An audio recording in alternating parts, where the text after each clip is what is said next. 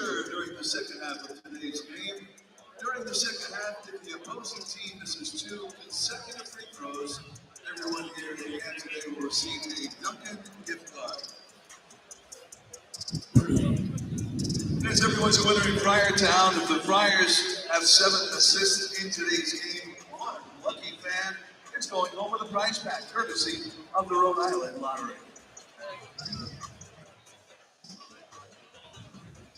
As the Providence Friars Game Day app is your home for Providence College basketball, scan the QR code that currently appears on the video board to download that app.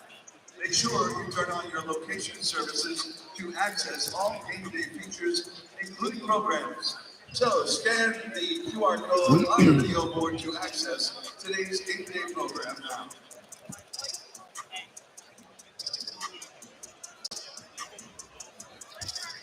Friar fans, the next Coach English radio show is coming up January 18th, 6 to 7 p.m. It will be live from the 110 Grill here in Providence. Don't miss out. Watch live or listen on the Go Friars Game Day app.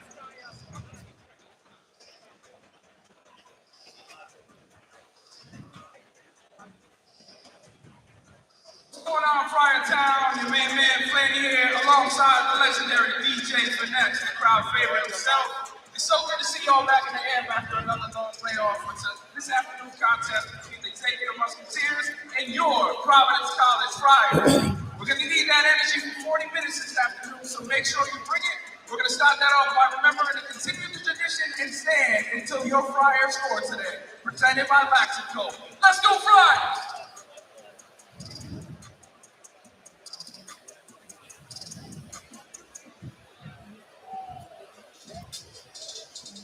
Good afternoon, Friar basketball fans. Nick Rojas here with the Games Market Fresh Shake of the Game. Your Providence Friars host the Xavier Musketeers at Amica Mutual Pavilion today at 2 p.m. on FS1 and 99.7 FM WPRO. Today, the Friars honor 2 teams celebrating the 87th. No, I don't think so. The 1999 Big East champion baseball team and the 1994 Big East champion men's basketball team. The last time the Friars defeated Xavier was the I don't think so. I know they were talking about him going to Colorado to do it. You know, Georgia's won 9 in a row since they lost to us. That's correct. And they're battling with Tennessee right What's now. the score in the game? It's funny. I was in there watching Kim watch the game. Yeah. And I said, all right, so who are you rooting for? And he goes, I can't root for Rick. That what he said? Yes. He said, we need Georgia to win. Yeah, I know. He was FaceTiming with Rick today. Georgia's up by 9? Oh, my God. Look at that. That's over then. It's over, that game. Man, is that going to be a good-looking win for us? Oh, big-time win. Tennessee was a 7-point. Wow, Wisconsin? Oh, they got to beat with Northwestern. They got to win that. Wisconsin, Seton Hall's up by 2? Jesus. Tennessee was favored by 7 in that game on the road.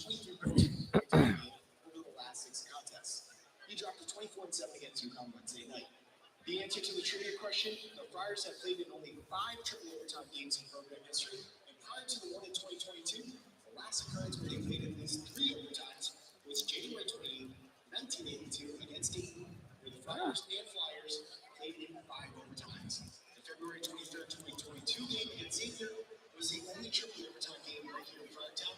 So if anyone asks you later on, hey, when was the last time the Friars played a triple overtime game?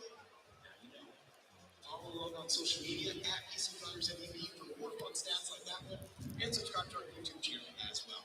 This has been the Games Market First Shake of the Game for PC Friars MVP, Amica Mutual.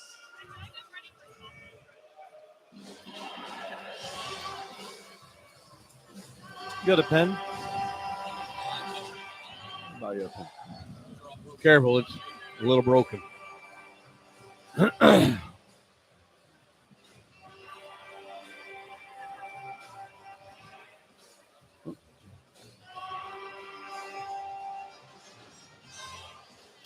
What do you want to do for the matchup, Joe?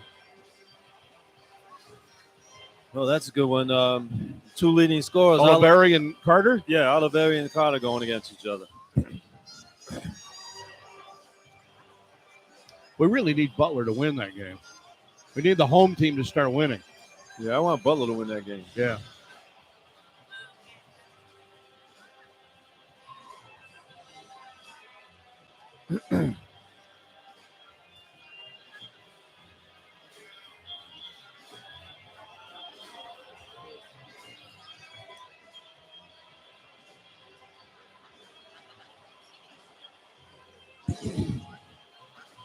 Okay.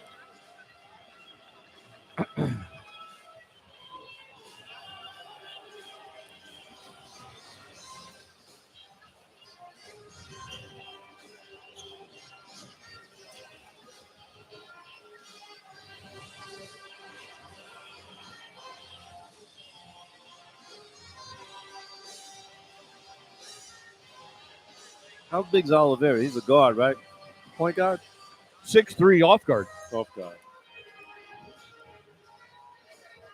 John and Joe back inside the amp. Moments away from the tip-off. Providence and Xavier in the Big East Conference here this afternoon. It's time for our Midland Roofing Protect This House matchup of the game. And I think if the Friars are going to protect the house today, it probably has to start with slowing down Quincy Oliveri. Yeah, he's their leading scorer. He's averaging 18 points a game, and Devin Carter's usually the guy that has to slow down the best player on the opposition. Devin's averaging 18 points a game as well. But defensively, he's going to have to take away Quincy Oliveri. And what you do with a good scorer like Oliveri, John, you try to get into him early and don't let him get comfortable making shots. And then his offense might not be as smooth as normal. And Devin Carter is one of those guys who can do that. The other guy that you have to worry about, I think, clearly is the kid who you liked a year ago when he was on the Big East all-freshman team, Desmond Claude. Yeah, he gives them all kinds of opportunities out there, John. He can play the 2 guard. He's a big physical kid. He can play the 3 spot. He can play him at the 4. He's a good rebounder. And he's a post-up guy. He can make threes. He does a lot of good things out on the floor. He's not a great three-point shooter. He's 12 for 48, but you have to respect that shot. But he averages 5 rebounds a game. And he's a guy that's very physical and gets on the glass. And you heard Kim in the pregame talk about rebounding. This is the best part of this team right here. They win games by rebounding the ball, so the Friars have to get on the glass. They stayed with UConn, lost to fourth-ranked UConn by 5 points this week because they badgered. I mean, they beat up UConn on the backboard. Yeah, on the backboard, on the offensive glass. They average 40 rebounds a game, so they're a team you have to keep off the glass. Almost half their rebounds from the offensive rebounding side, so you have to do a good job on them. Guy inside for them is Abu Usman, transfer from North Texas. That North Texas team won the NIT a year ago, but he's 6'10". He's originally from Brooklyn. He's a load inside. He is. I mean, when you're 6'10" and rebound the ball, he averages 8 points a game or so, but they don't run anything for him, but he's on the glass. That doesn't look to make threes, but he's all over the place, and he's a shot blocker as well, so you have to pay attention to him when you go to the glass. All right, so you've got the particulars involved here, but we know the Friars have an opportunity, and we kind of talked about that early. Coach English touched on that as well. What does Providence need to do? And I think the main thing, Joe, at least in my estimation, you've got to get off to a good start because that killed them against Creighton and St. John's. Yeah, on the road they got off to a bad start, and then they battled back and took leads in those ball games in the second half. You like to get off to a good start here at home, and you want to keep it going. You don't want to relax. You want to keep it going. You have that 30-second shot clock and three-pointers. You got to be able to keep playing. Sometimes they take the foot off the gas, but they need to come out and play the defense they played against Wisconsin in here and the defense they played against Marquette. Really make it difficult for the opposition to get good looks. And we have gotten confirmation Garway Dual is going to start at the point. He needs to be aggressive to find a shot. Well, he played with a lot of confidence down in New York. I mean, he did a good job of handling the ball. He got a lot of assists. I mean, he's the guy that's going to be out there and get some rebounds. I mean, Garway is big. I mean, he's 6'6". He can play big, and he can handle a point. That's a nice combination. All right, so it's the Friars and the Musketeers, 25th meeting all time between the two schools. Musketeers have been a thorn on the Friars side since they joined the Big East Conference. It'll pay back, and the whole floor might be a good thing today. We'll have the starting lineups, and we'll tip it off. Providence, Xavier, next. From Learfield, this is Providence Friar basketball.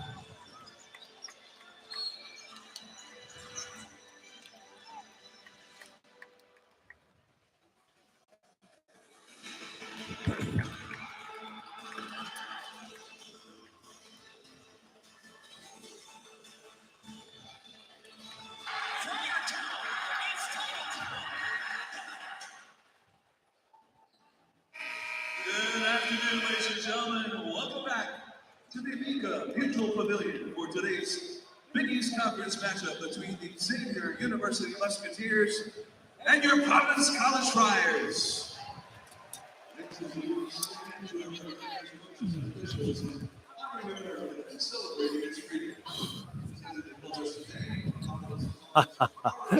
Kim's got the.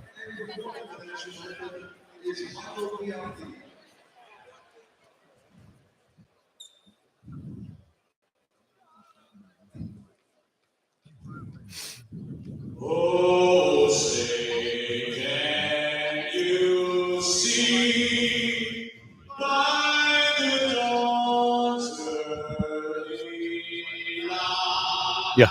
Yeah. So at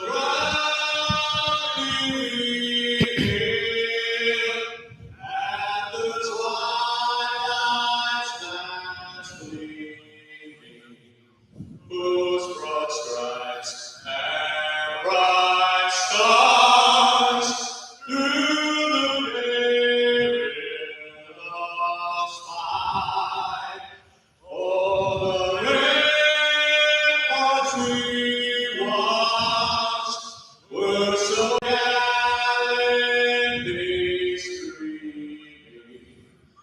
Then the rocket red stars keep proof through the night that was still there. Oh, sing us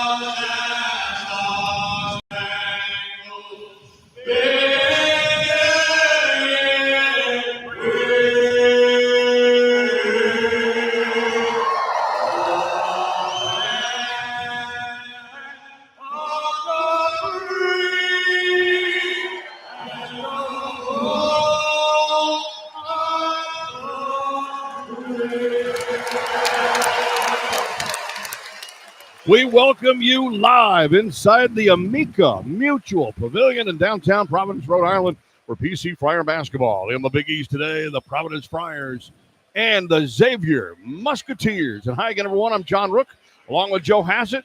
Friars 11-5, 2-3 in league play, trying to get off a 3-game losing streak. Xavier is 7-8, 1-3 in the conference, and they fought fourth-ranked UConn right down to the end on Wednesday before dropping an 80-75 decision to the Huskies on Wednesday. Let's take a look at the starting lineup presented by Blue Cross Blue Shield of Rhode Island. First of all, for Xavier under head coach Sean Miller, in his second year, his seventh year overall of his second time around at Xavier. It's his 19th year of college coaching overall, 456 wins and some great years as head coach, of course, at Arizona before he ever, was at Xavier previously. A three-time coach of the year, coached in the Atlantic 10 as well. He's had 13 NBA draft lottery picks during his time. I think Sean Miller knows how to coach a little bit. And, of course, we remember him as an all-conference player in the Big East at Pittsburgh. He was a very good player, a good point guard, solid on the defensive end, and had good teams at Xavier when he played there. All right, let's take a look at the lineups then. First of all, for the Musketeers, you start Desmond Claude, 6'6" sophomore out of New Haven, Connecticut. Then you have Quincy Olivari. Quincy Olivari is a 6'3" graduate student from Atlanta, Georgia, a transfer from Rice. Davion McKnight, 6' senior from Shelbyville, Kentucky, transfer from Western Kentucky. Abu Usman, 6'10" senior from Brooklyn, transfer from North Texas. And then Gitas Namiksha. Yeah, That's going to be a tough one, I know. But Namiksha is a senior out of Lithuania. So here's a guy that's going to be able to perhaps shoot the ball. Shoot just a little bit, right? I would think so. So it's Claude, Olivari, McKnight, Usman, and Namiksha for Xavier. As we mentioned, this is the 25th meeting overall between Providence and Xavier. Friars trailed the series, 13 wins to 11 for Providence, and were swept a year ago. And now, let's meet your Providence Friars starting five. At guard, a 6'5" freshman from Houston, Texas, number 3, Darwin Dua. At guard, a 6'2" sophomore, Elizabeth, New Jersey, number 1, Jaden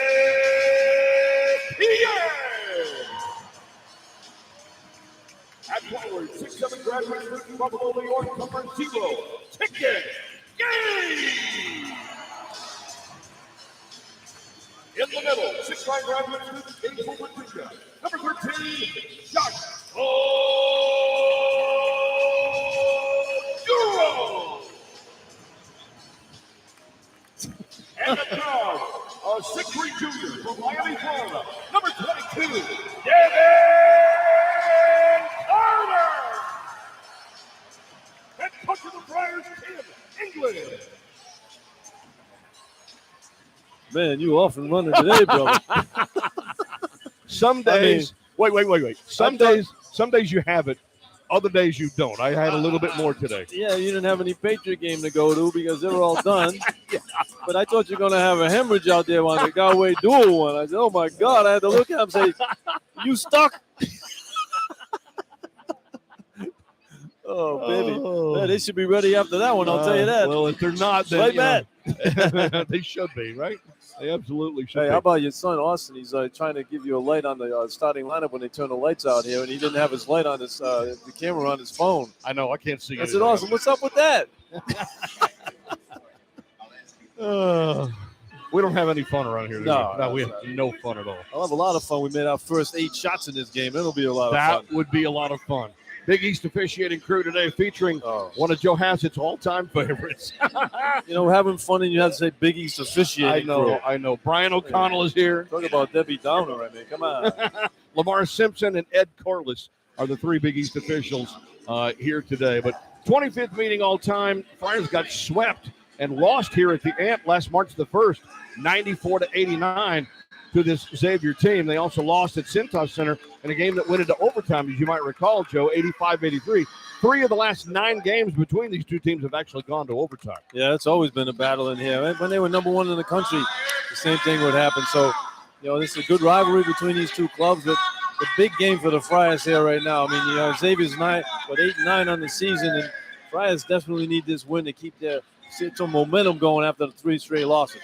Friars are in the home whites today. Black lettering, black numerals, black and white trim on the home white uniforms with Providence emblazoned across the front of the chest. Xavier's wearing road blacks today with white numerals, white lettering, and silver trim with the X insignia on the side of the black uniform. So you got the white against the black, and we're ready to go here in the Big East. You know, look at this Friars starting lineup. You know, you like to have veteran guys in the backcourt when you're a college team. Friars have played so many teams with fifth-year seniors in the backcourt, and you got this young backcourt for the Friars. Galway Dual playing the point today as a freshman, a true freshman, and Jaden Pierre is a sophomore. But both guys have played good, solid minutes all year long, and they're ready for the challenge. So Oduro will jump it against Usman for Xavier. Usman's a guy the Friars looked at to come here as well. Familiar name. Oduro needs to have a good start in this ball game too. He's been battling a little ankle injury, but they need him to be solid in this game. Tap controlled by the Musketeers in the backcourt. They go basket to our left on the radio here on half number 1, and we're underway as Providence opens up in a man-to-man. McKnight to the right wing for Oliveri. Now down on the right wing for in the corner as Claude penetrates on Dual. Going to go to work on the freshman down in the post. Goes up around the rim, and it goes in. Well, they're going to go right at Galway with Claude. He has a size advantage on him and weight advantage, too. Definitely a weight advantage. So Xavier strikes first. Friars basket to our right on the radio here in half number 1. They'll feed Oduro in the post. As to back his way in, there's a double team on Oduro. They're going to force him to get rid of it. He goes up, kicks it across cross court, gains for 3, short. Long rebound chase down in the corner. Dual has it, and then he stepped out of bounds with it right in the corner. He tried to save it right in front of the Xavier bench and went out of bounds with it. It'll be Xavier ball. Well, Friars know what they're going to do now with the big guy Oduro. When he catches the ball in the post, they're going to come double team him. So he's a good passer, so he'll recognize when the double team comes and know who's going to be the open man. Musketeers inbounds to the backcourt. Claude comes to get it. He'll work against, again, Garway Dual, who gets the start here for the Friars this afternoon, the freshman from Houston. Hand off to Oliveri, who's picked up by Carter as we anticipated. McKnight between the circles.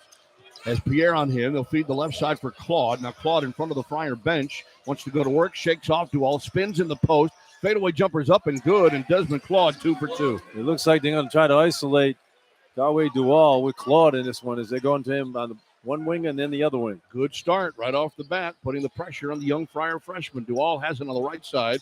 Top of the key here for Pierre. Now Pierre, one dribble. Carter comes off the screen, goes right into the lane, kicks it off right side, gains up high. They swing it left now for Pierre. He gets dribble penetration, pulls up from 15, bang. I like that shot right there. That mid-range shot Pierre is very good at. He needs to take that more often. Ferrer's on the board here, and we're about a minute and a half deep into the first half. Amica has it up high. Now for Usman on the high post. Usman has Olivari curling off the screen. Ball gets tipped by Odero. He drives for the ball. He comes up with a steal, saves it up the floor to Gaines. Gaines now penetrates, stops, and he travels with it. Oh, my. He got caught between passing one way and passing the other, and he walked. Well, Gaines was a little no man's land right there. He likes to get the ball out to a guard and then get to a spot in the corner and shoot it. But when he had to handle it that time, he shovels his feet, picks up the travel.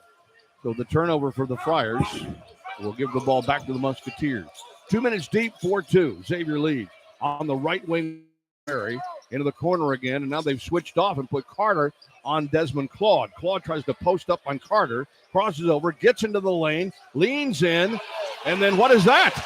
Ball is stolen by Gaines, and then a foul on Desmond Claude. Yeah, somebody getting the Carter flu out there as Claude was doing a good job, scoring no problem, playing against Galway Duval, scored easily 2 times. Now they switched Carter and put him on him and couldn't even get the shot off, picks up the turnover. Amica is actually called for the foul.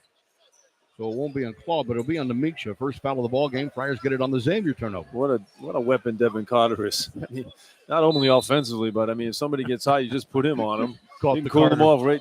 Caught the Carter flu. Love it. Top of the key. Odero drives to the right, hands off to Carter, spins to the left, gets to the foul line, jump stop, goes up the runner, scores. Good move, Devin Carter there. Probed the defense nicely, takes a shot in the paint. Tied at 4, Xavier with the ball. And Amica has it between the circles. A hand off to Olivari. He gets a screen away, gets off the jumper, off the back iron, bounces and stays. Boy, he gets a friendly roll right there. So Quincy Olivari gets his first. And Xavier, Joe, has hit their first 3 shots from the floor. On the right wing, Carter. Top of the key here for Pierre. Pierre comes back to Carter, drives to the right, gets down into the post on Desmond Claude, got it blocked away by Usman and picked up by the Musketeers. They're on the run. McKnight leaves it off for Claude, gets off the 3 from the left wing, short. Long rebound for Pierre. Good job by Pierre going to the glass. They need everybody to go to the glass from this team, as we talked about in the pregame. Pierre comes off the screen, curls to the right, bounce pass underneath, in and out of the hands again of Odero, and he can't handle it. Long pass to Amica up the floor, banks it up, got fouled by Carter. That's a good basket. They're going to call the basket. Yeah, we'll hit the backboard, and then Gaines blocked it. Oh, my, that's a double whammy right there. That shot had no prayer of going in the hole, and then Gaines blocked it anyway. Now, you see that happen a lot in practice. Guys just go through the motions on that one, try to block the shot, and they get up there, and then they don't pull their hand away. But in the game, it's going to be goaltending. So Amica gets credit for the basket. The foul is still called on Pierre. It's his first, and the first on the team as the officials come over, and they're going to they're going to check and see if it was goaltending, but it Right. definitely was. It hit the glass, and then it was blocked by Gaines. So just like that, Friars had tied it up at 4, and Xavier has ripped off 2 straight, and it's now 8-4. Oh, you can't get turnovers. And, in this league here, you turn the ball over, the opposition is usually off to the races and try to finish at the rim, and that's what Xavier did. Xavier's not a team that likes to run a lot, but when they get an opportunity on a turnover, they're going to take off and try to take advantage of the fast break. Yeah, it counts, and they're going to get a shot at the basket, so Amica will have an opportunity to make it a 3-point play. As we said, foul is on Pierre. Corey Floyd's checking in now for Duval. See, what Xavier's done is the 3 guys who have scored other than the last play have They've all gone against Duval. So they're going to put Corey Floyd in there, who's a better defender, and Corey is more physical defensively. But unfortunately, his struggles on offense, 3.5 points per game, 37% shooting, 15% from 3. Now that's lacking, as we know, as we've talked about. It only takes one game to get going, get that confidence going. He Amica definitely has the ability. 61% foul shooter, nothing but net, gets the 3-point play, and Xavier has a 5-point lead. 16:44 to go in the opening half. 1-2-2 pressure here by Xavier in the backcourt. Friars break it to the right with Carter. Carter now back center for Pierre, who moves over to the point guard spot. Jaden has it out front, penetrates on Claude, gets right down the lane, kicks the ball out. Left wing for 3 is no good by Gaines, but he gets his own rebound. Back to Pierre, who launches the 3, and that's short. And a rebound for Olivari. Good job by Gaines getting that on offensive glass. Oliveri now weaves in traffic to the right side, hands off for Claude. Amica on the high post, back to Claude. Comes to the left side. There's a lob for Usman on the post. Going to back his way in on Oduro. Turn around with a jump hook, no good. Rebound to Amica right there. Left it short. Ball gets tipped, saved, no. Gaines tried to save it on the baseline and stepped out of bounds, and Xavier will keep it. Yeah, Xavier on the offensive glass. Friars have to put 5 guys on there. You cannot allow second shot opportunities. Misha had an easy layup right there, and he missed it. Shot clock reset at 20. Musketeers inbound, baseline left of the basket, and Amica has it knocked away, and it got knocked out of bounds, and it's off of Xavier. That time it was Gaines who came in and knocked the ball off the Xavier defender. And Pierre was right there, too. It looks like the Friars knew that play from the scouting report. They were in the same spot that Xavier wanted to be. Friars get the turnover. So the inbounds for Providence, trailing 9-4 as we dip under 16 minutes to play in the opening half here in the AMP. Pierre drives to the right side.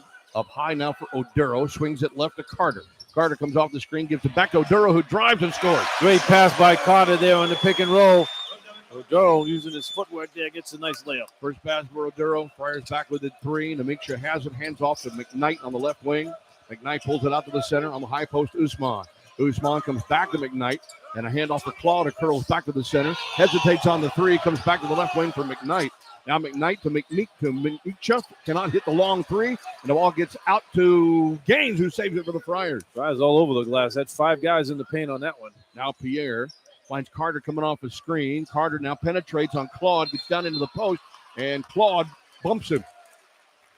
The foul is called on Desmond Claude. Carter doing a nice job, John, of probing the defense. He's coming off the screen and trying to get into the paint for little leaners.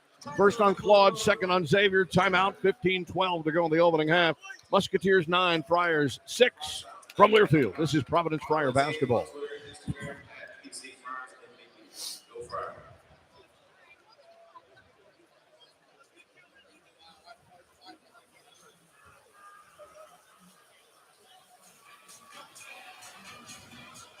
What's up, Friar Town? It's Big Man Freddy here. Thank you for coming out and packing the amp once again for this afternoon's contest between the Xavier Musketeers and your Providence College Friars. We got an amazing afternoon planned for you tonight with some PC legends in the building. But to kick off our entertainment, please welcome to the floor your Providence College cheerleaders dance team in the return of the Pep Band.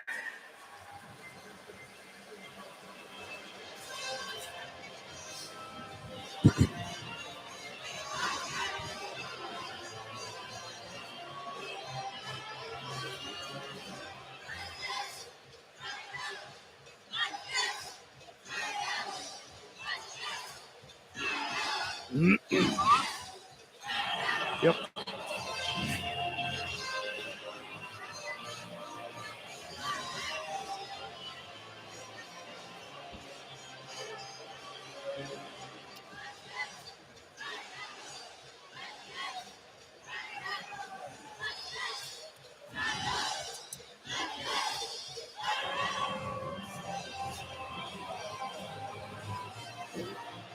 Thanks.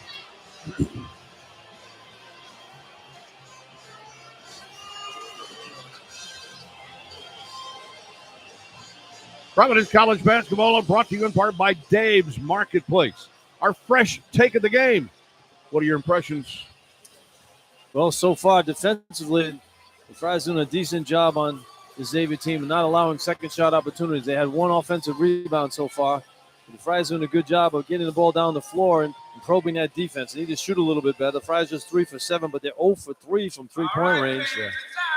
Friars have those 2 turnovers, but 3 turnovers by Xavier. So it's a pretty evenly played game right now, but Friars have to do a better job taking away some easy shots that Xavier's getting. They're 4 for 8 from the floor, but 0 for 2 from three-point range. Well, they started out 3 for 3. Since then, they're 1 for 5. So it's not quite a horrible start that we saw at Creighton or certainly Wednesday at St. John's. It's a little better, but only a little. Yeah, a little. But, you know, you got to defensively, they went after Garway Dual, and the 3 guys he was guarding all scored. But once they switched Carter on, different people, he was able to shut them down. But the initial defense has been good on the shot, John, but the Friars have to make sure they get the rebound and try to push the ball down the floor. Xavier's doing a good job of getting back on defense. You know the Friars like to get their offense going from their defense, try to get down the floor, get some opportunities at the rim.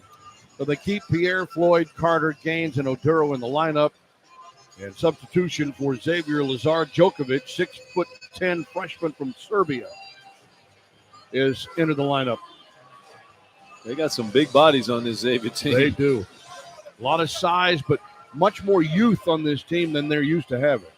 And 10 newcomers, too. So it's, you got youth and new people. It's tough to get any cohesion out there. Really, only one starter back from a year ago. Yeah.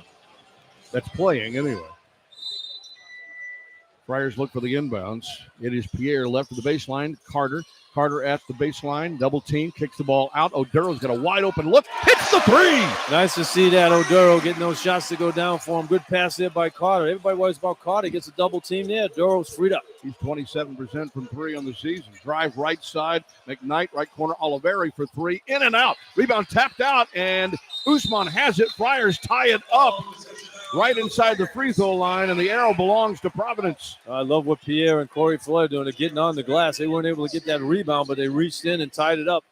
These are big guys for Xavier, so they get that position in there. You got to somehow squeeze your way in there and rip it out of there. Gaines comes out.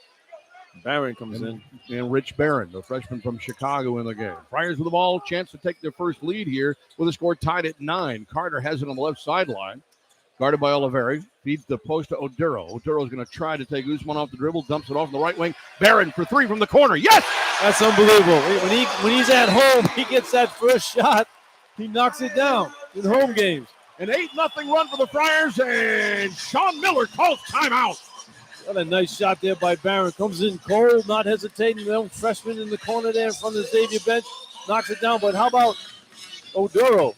Waiting for a double team, didn't come, but finds the open man in the opposite corner. He knocks down the shot.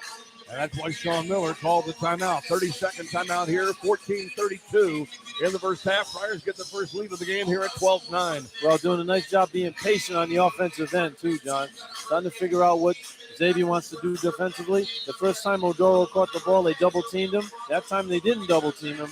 So he looked, he probed, and it wasn't in a rush. And Carter's doing a good job of setting up his teammates, John. He's coming down, he's coming off the screen, drawing a double team, finds the open man, and Oduro's been the benefit of that a couple of times, making 2 shots. So Xavier with the basketball after the quick timeout. They have brought in Trey Green, a 6-foot freshman guard out of Charlotte, North Carolina. And kept McKnight in at one of the guard spots. Djokovic is still in there. Usman is still in there. And Oliveri, I should say, and he'll inbound the basketball. Friars have pressure away from the inbounds pass in the backcourt. Oliveri runs the baseline, as he can do after the make. Seen that violation twice already this year. Yeah. And then bringing in the forecourt is Davion McKnight. After a made basket, you can run all you want. Oliveri, high post, Usman. Usman backs his way to the foul line, gives it to Green. Green curls to the right. Running jump shot is up and good for Trey Green. Nice shot by Green. That was a good play there. Freshman from Charlotte, averages just under 6 points per game, gets the deuce. Xavier back within 1. Pierre up high for Carter. Carter comes off a high screen. Pick and roll wasn't quite there. Back out to Barron on the right flat. Now Barron looks at that man-to-man. You heard Kim English stomp his foot, wanting the play call here. And Oduro bounces to Carter, who drives and stuffs it. Great activity by the Friars in that half-court set. Nice back door there by Carter.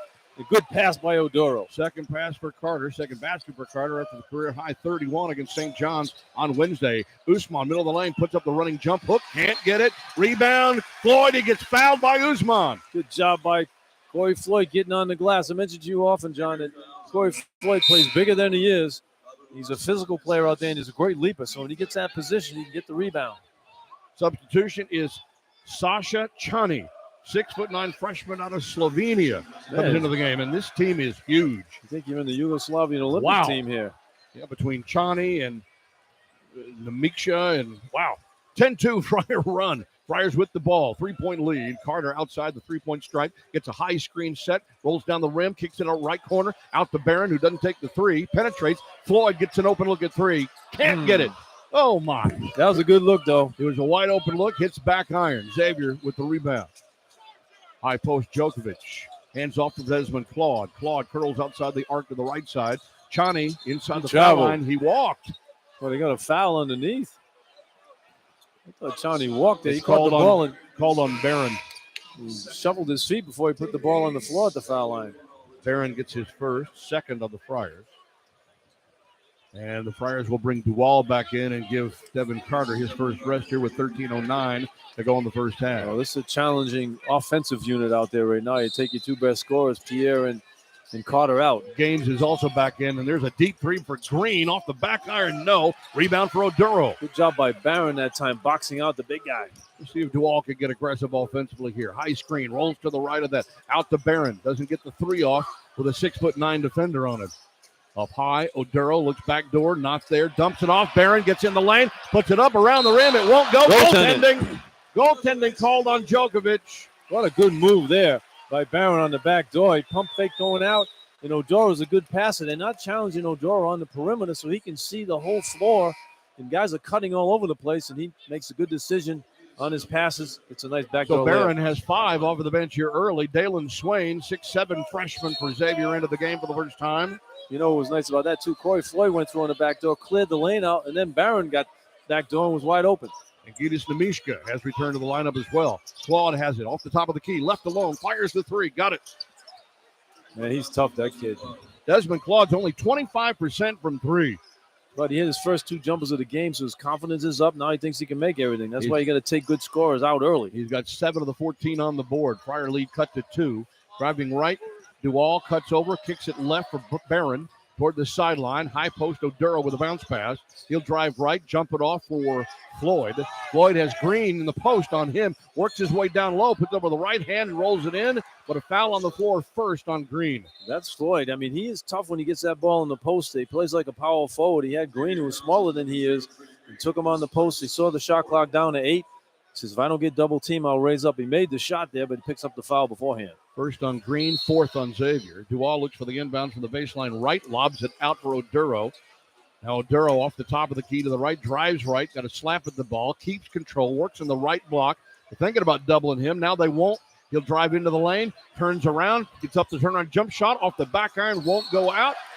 Out of bounds. bounds. Goes out of bounds off of Nemikcha, and the Friars will get a gift as he took Sasha Chani right down into the post. As Xavier did not double team him that time, he'll get another shot at it after a timeout. 11:54 to go in the first half. Friars 16, Musketeers 14 from Learfield. This is Providence Friar basketball. Friars regular season, Fineco will donate $10 to Hope Hospice and Palliative for every free throw made by the Friars here at the end. Fineco, a proud partner of Providence College Athletics.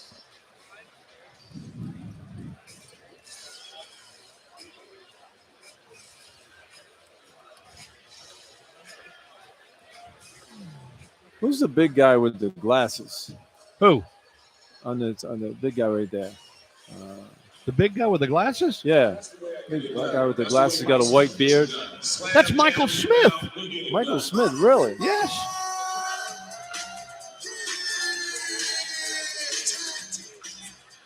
Michael Smith, man. Oh, wow. Well, that's Troy Brown there with the hat on. Yeah. Yeah.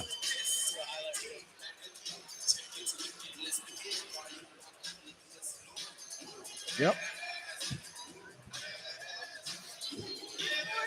Just need one or two is good.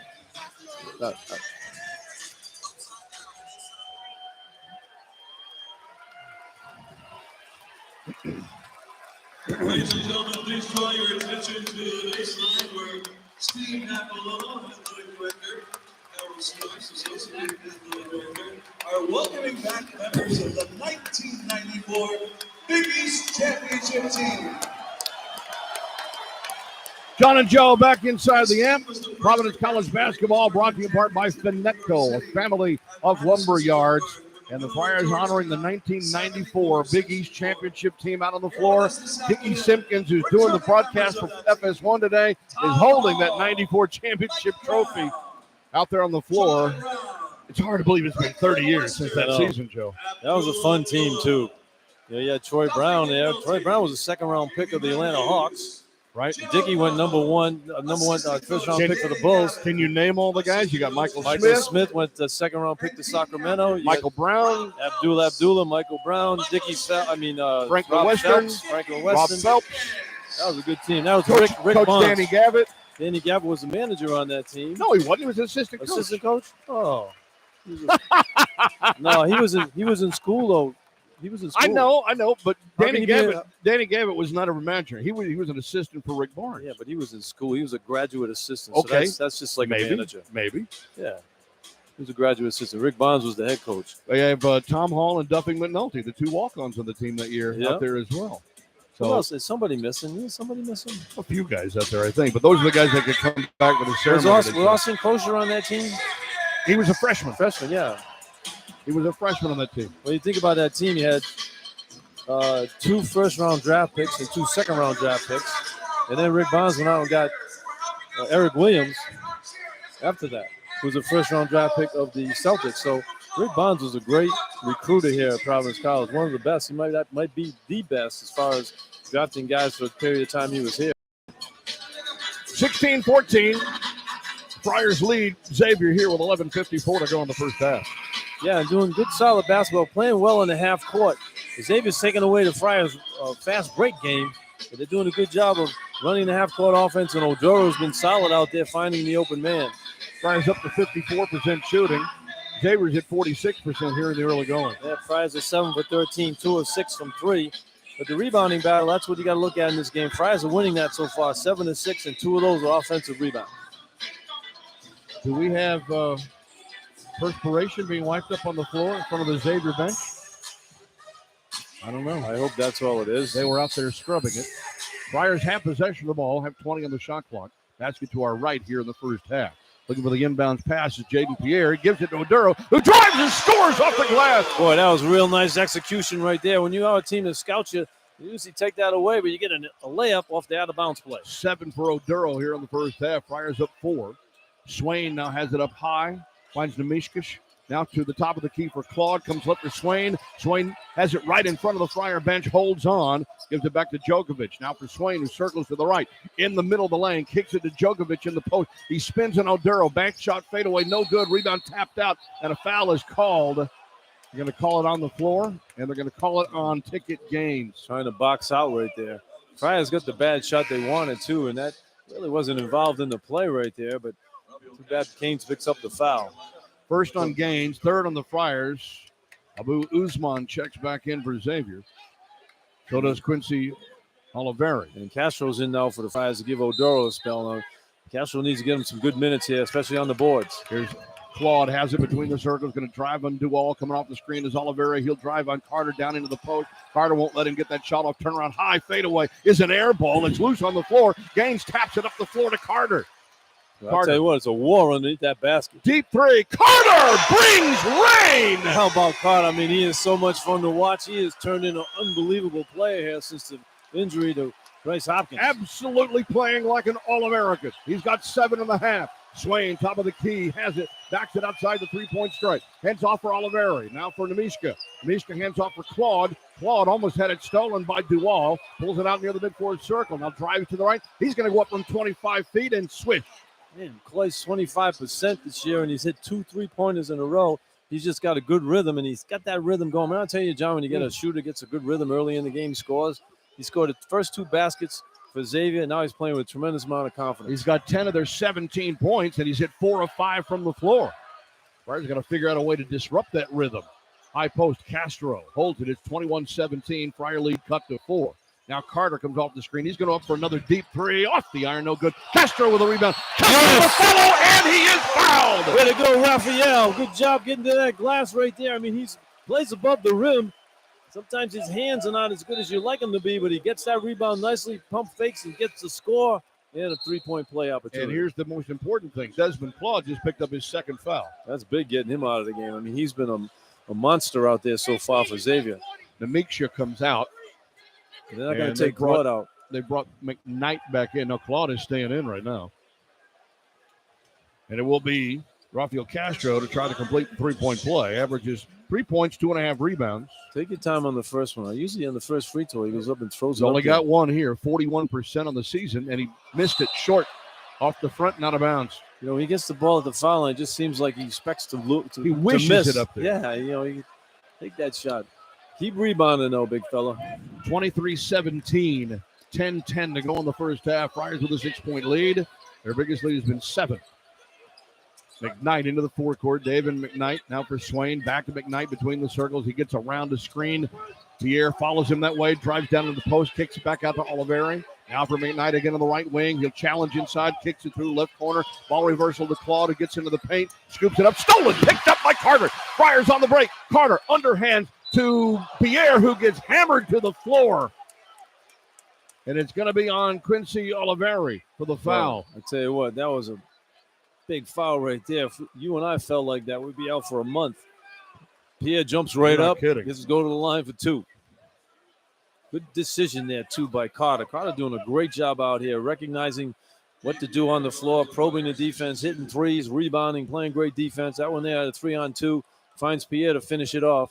And you put Pierre on the foul line, who's almost perfect this year. Missed 2 in New York. The first 2 he's missed all year, but still shooting in the 90s. 91% coming into the game as he hits the first one with one more try coming, averaging 8.8 points per game.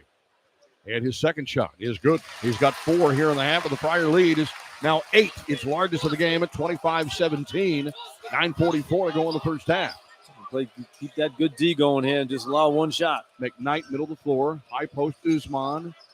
Usman, 2 dribbles, hands off to Oliveri, gets off the free throw line jumper up. No good. Pierre with a defensive rebound.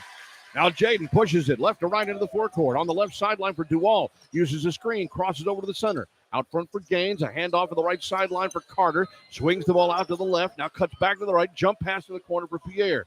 Right in front of the Xavier bench, he pulls it out on the perimeter. He spins back to the right, looks for a screen, cuts to the left, gets off the 3. Oh, man, Jaden Pierre. Light it up, baby, just keep shooting. 7 for Pierre, Friars up 11. Oliveri has it for Xavier, right in front of Kim English. Now cuts to the right on Carter, goes hard to the rim, blocked! Picked up by Castro. Another case of the Carter flu. He drives to the right, gets into the post, gets bumped. No foul call, has control. Back to Duval on the baseline. Duval steps back in front of the Xavier bench. Now finds Carter, launches the 3. It's short. Claude with the rebound for the Musketeers. He'll cross over on Duval, get into the forecourt, go right to the rim, and score and get fouled.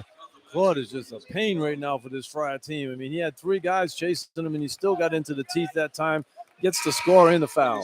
Foul is called on Castro, his first, 4th on the team, and Desmond Claude is personally keeping Xavier in this game. He's got 12 of their 19 points on the board, and he'll go to the line to try to make a 3-point play. He's tough. I mean, his freshman year last year, he made all freshman team in the Big East, but he had a lot of baby fat on him. But he has really hit the weight room and took some weight off, and he's lean and mean right now. He's getting to the glass and finishing 3-point shots.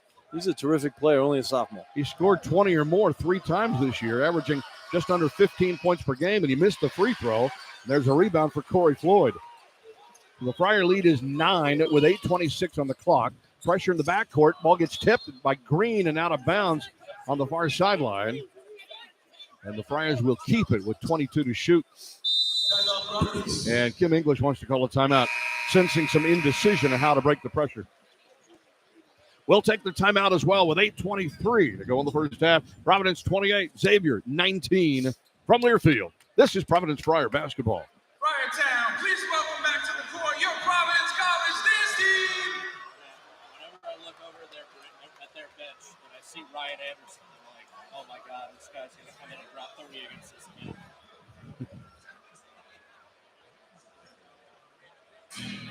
So here's a little story. I probably should have told this on the air, but Dickie Simpkins came to my son Ryan, who's here with my grandson today. Mm-hmm. He came to my son Ryan's 4th birthday party.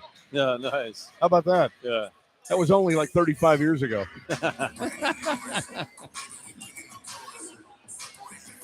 So did Franklin Western, too, by the way, and they're both here. Yep. We tried to get him. We actually tried to get him. Talk to your mom about that. You know, I used to do that when I was here. People would call to go to birthday parties and stuff, and I'd show up. You know, I'm working in the investment business, and two people that I went to birthday parties for, with the parents invited me, they knew I was doing this business. They transferred their accounts to me because I showed up at their kid's birthday party when I was at Providence College. Think about that. I don't even remember who they were. One more time, your BC dance team. One I rode my bike to. Love it, love it. And it wasn't a Harley either. It was the one I had the pedals. Today we have Jack and Billy, and they are going to be playing Dressed Like a Flyer, presented by Lake Newport. Make some noise for them. Providence College basketball is brought to you by the Hot Potato Food Truck. The Hot Potato Food Truck is a proud partner of PC Athletics for your next event. Call the Hot Potato Food Truck, 401-919-3009. Well, the hot potato right now is Jaden Pierre playing good basketball out there and looking for a shot now. The mentality with him, the last ball game, I told him, I want you to shoot more. You got to think about shooting the ball. And he's looking for his shot more. He's 2 for 3 in the ball game, 1 for 2 from three-point range. He's 2 for 2 from the foul line, and 7 points.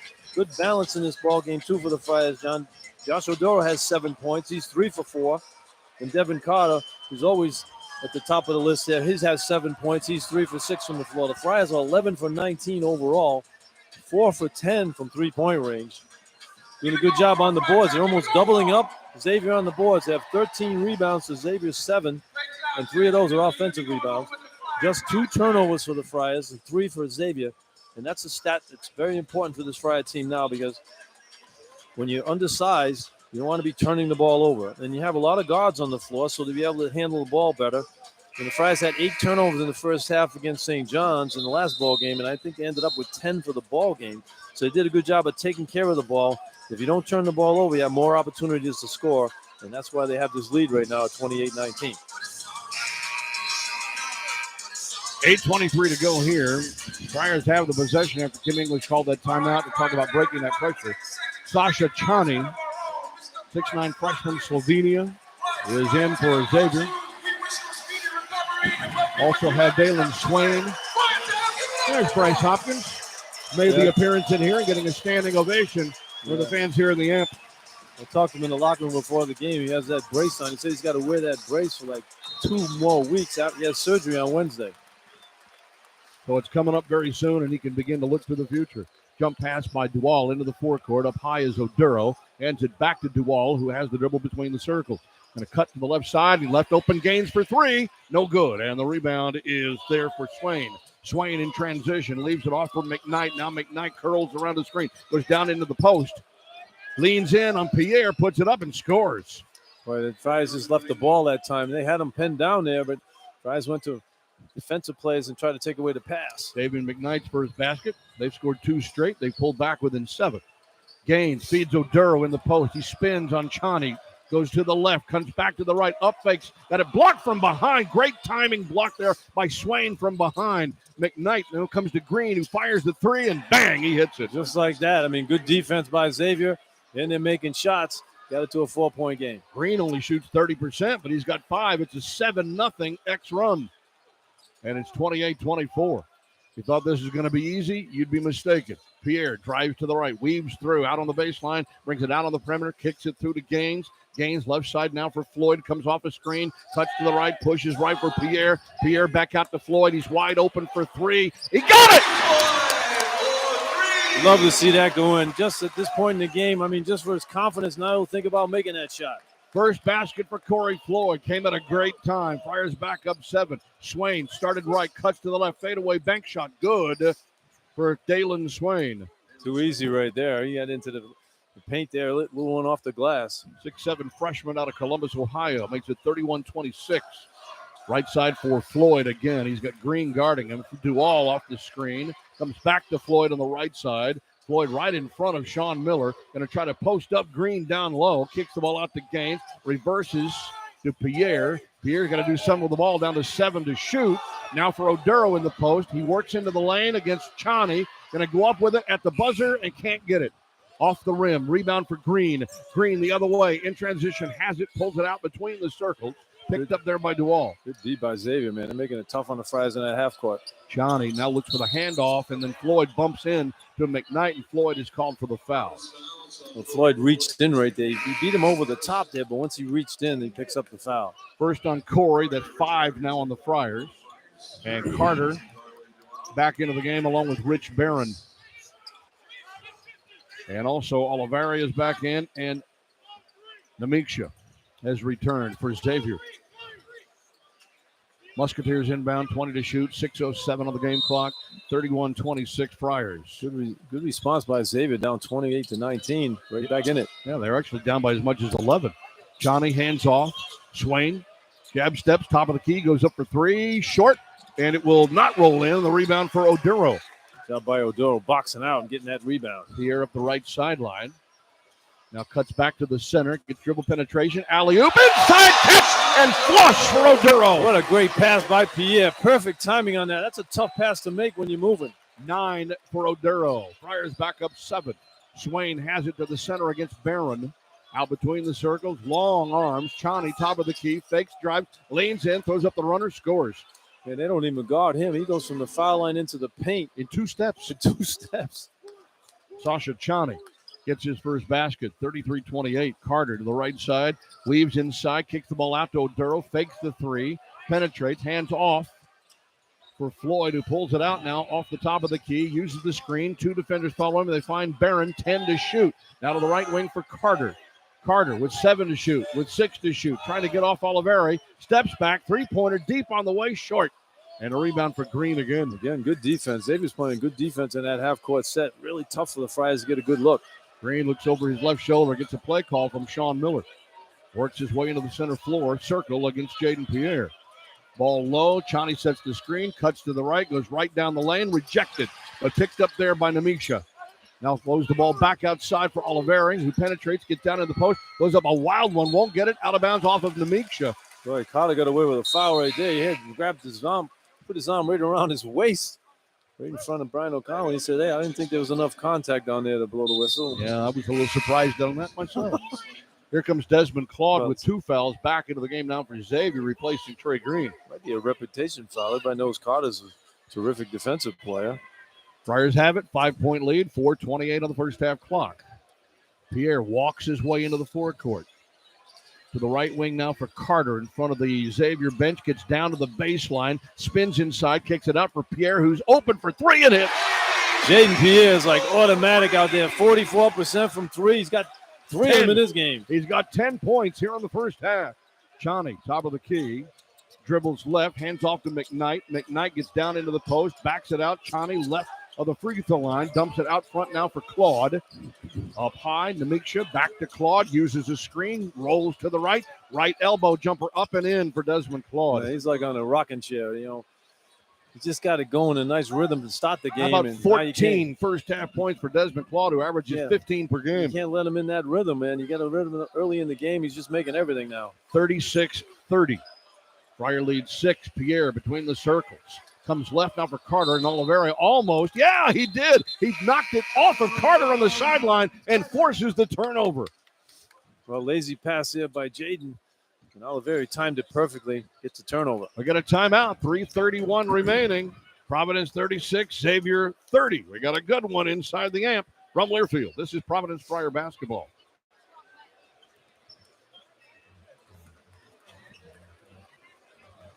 I'm worried about our defense. I mean, I know we give up 30 points, but it seems like Xavier scores at will. I know. I mean, Xavier's yeah, they're on their scoring pace right now. We're not really playing very good defense. No. I mean, they get into the – I mean, a lot of easy shots in the paint. There's nobody there. Claude is just ripping him a new one. Yeah. Well, you got McKnight not knocking stuff off the glass. You got guys that are just making shots that you normally don't see. His exceptional service in the combat zone earned him the bronze medal. Moreover, General Soul's remarkable journey includes the rare distinction of being one of the few ROTC graduates promoted to Brigadier General, culminating in his retirement from the U.S. Army in 2004. During his time at PC, General Urson was not only dedicated to his studies, but also an active member of the track and cross-country teams, showcasing his commitment to academics, ROTC, and athletics. Ladies and gentlemen, let's hear it for Brigadier General Richard L. Urso.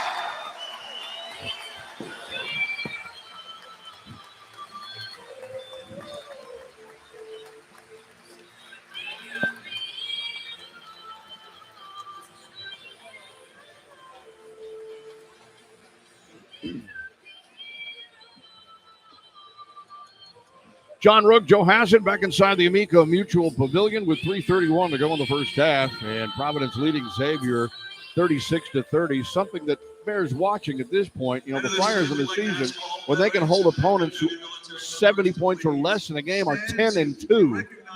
Xavier, though, scores 75 a game, and they're scoring at a pretty good clip right now.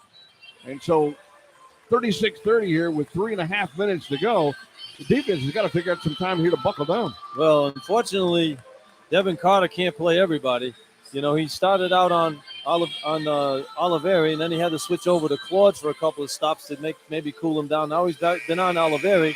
Oliveri averages 18 points a game, and Devin Carter has held him to 2 points so far. He's 1 for 6. The problem is nobody can guard Claude. Devin can't guard them both. He's 6 for 8 from the floor with 14 points, and he got into a rhythm. I remember playing for Lenny Wilkins. He says, you know, when you get a great scorer, you don't want him to get off early. You got to make him work hard and make him miss some shots early, and he doesn't get any rhythm.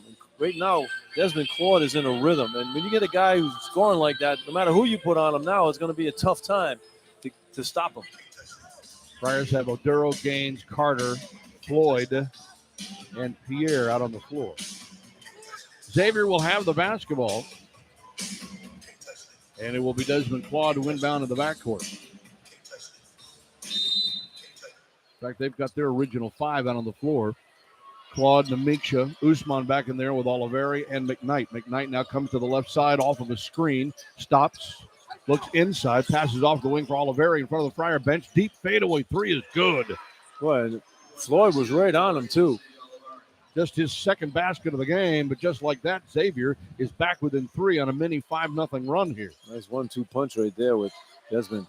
Carter drives to the right. Oliveri uses the body on him and then fouls him down the baseline as he wrapped around and tried to head to the basket. That's what you do with a big scorer. You want to take it to him offensively, and Carter takes it to Oliveri that time, picks up the foul on him. Second foul on Oliveri, and it will put Carter at the line. 7th team foul on Xavier, so the Friars shooting 1-1. Devin was 7 for 12 in the last ball game against St. John's from the foul line. Let's see if the Friars can pick it up on the line. They need to make these free throws. Free throw line just about killed them on Wednesday night. Carter's first free throw on the way. Got it. We got real quiet in here, too, hoping what you just said, John. The Friars can start making down some free throws. Yeah, as a team, only 67.5% from the line on the season. That's awful. I mean, you know, you had that team out here, that the Big East tournament team there. They've shot 78% from the foul line. In 94? Yeah, and you got Rick Pitino's team in the Final Four. They shot 80%. Yeah. Second shot for Carter. Short. Missed it. And a rebound for Usman. So he gets 1 of 2, and the Friar lead is 4. David McKnight, transfer from Western Kentucky. Bounce pass, top of the key, Usman. Transfer from North Texas. Off to the wing. It goes out of bounds. And they're going to give it to Providence. That one right off the hands of McKnight. Initially, Brian O'Connell thought that Carter might have tipped it, but he reversed his call. Carter, again, involved in a good defensive play. 4 turnovers now for Xavier here in the half. Friars have 3. Pierre walks it into the forecourt to our right. Up high with it is Carter. Shows it left, drives it right on Swain, kicks it out. Left corner for 3. He's too strong there for Floyd. Rebound for Usman. Now for McKnight, weaving in traffic to the right side, goes right to the rim. Gets blocked out of there by Pierre, and a foul is called. Boy, McKnight is fast. He blew that thing right down the court there, got to the baseline. Friars looked like they did a good job of taking that away. Jaden says, I got ball on that one, man, but Lamar Simpson saw it differently. And that's 2 on Pierre, now 6 on the Friars. Did Simpson do the St. John's game as well? I can't remember. He was so far up, you couldn't even tell who was doing the game. No, I don't think so. But McKnight's going to get 2 shots here on the attempt. David McKnight, 83% from the foul line on the season for Xavier. And the free throw is good. That's his 3rd point of the game. Averaged 16.5 points, 5 rebounds, nearly 4 assists and 2 steals last year. Led his team in points, assists, steals, and minutes. And is a 3-time All-Conference USA selection at Western Kentucky. Well, they have some good players in the backcourt here with Oliveri, him, and McKnight. I mean, Desmond, I mean, they're tough. Missed the second shot. Carter got the rebound. 37-34. It is a 3-point Friar lead with 2:25 in the first half. Duval across the midfloor, lining a double team. Gauntlet thrown away. Stolen up the floor for Swain, who has a hammer. Can't turn the ball over in the half court like that. Mistake again for the Friar freshmen, and they have pulled back within one. Friars had an 11-point lead here in the first half. And here's Duval crossing over, almost stolen again. It goes out of bounds, and it is off of Carter. And Carter's trying to say, I had 24 all over me, but Friars just not taking care of the ball. Yeah, Duval's just trying to be a little bit too fancy out there with it. You got to be fundamentally sound, and They had 3 turnovers the entire half. They've had 2 in the last 20 seconds. both by Galway. You got to protect the ball against that press. There's going to be somebody open if you're double teamed. Now Xavier looking for their first lead in the last 10 minutes, at least here in the ballgame. On this possession, McKnight cuts down the lane, challenges Odero. Odero blocked it. It's loose on the floor. It's picked up by McKnight underneath, and it's off of Providence. And Xavier will keep the possession with 18 to shoot. Well, Xavier's being physical. They're getting to the glass here, getting everything on the opportunities, second shot opportunities. Friars with a close 16-15 lead on rebounds. Inbounds comes to Swain in front of the Friar bench. Oliveri fakes the shot to Swain, who gets off the 3, off the back iron, no good. Friars get the rebound. Carter now has it up the floor, up the left side into the forecourt. Now centers, drives by Oliveri, left side, out of bounds, off of Pierre. My goodness. Well, What is a it bad with pass. It's the turnover flu out there. Bad pass there by Carter. He tried to get the penetration on that one, and then he just threw. He got stuck in the double team and threw a pass which just wasn't uncatchable there for Pierre. 3 straight turnovers in the last 3 possessions for the Friars. 8-1 is the Xavier run. And again, they look for the lead on this possession. Usman, high post, Claude left alone for 3, and it rattles in and out and back in again, and Xavier has the lead. 17 first half points for Desmond Claude. He's got 3 threes, too, and he's shooting 25% on the year from 3. Friars now down by 2. Pierre drives the left side. They find Floyd on the left wing. 1:10 to go before halftime. On the left side now for Pierre. Standing on the sideline. He's got McKnight in front of him. Screen set. Doesn't get the screen. Cuts back to the left. Down to 7 to shoot. Pierre now gets into the lane. Crosses over. Kicks it out. Odero wide open 3. No. Off the back iron. Rebound off the backboard. And Amica Hassett gets knocked to the floor with it. And saves it to McKnight. A lot of big guys for Xavier underneath the basket there rebounding. So McKnight now looks over at Sean Miller and slows it down a bit here. 18 to shoot, 41 to play in the half. Now you've got Claude standing in the mid-floor circle. Gets the play call. Cuts to the right off of a screen. Drives down the lane. Steps through the double team. Scores. It's just too easy. Just too easy. Desmond Claude absolutely is like knife through a butter. Yeah, he's Or a butter through great. knife. He's great player right now. He's getting it all done. Out the glass, making threes. Friars had the final shot of the half here, trailing by 4 with 15 seconds left. Pierre 2-3 zone Yeah. now by Xavier. 2-3 zone by the Musketeers. Pierre standing between the circles, looks for the move with 8, with 7, cuts to the right with 6, with 5. Top of the key for the 3. Good there for Ticket Gaines. His only basket of the half just before the buzzer goes off. That's a big shot there to go into the locker room with.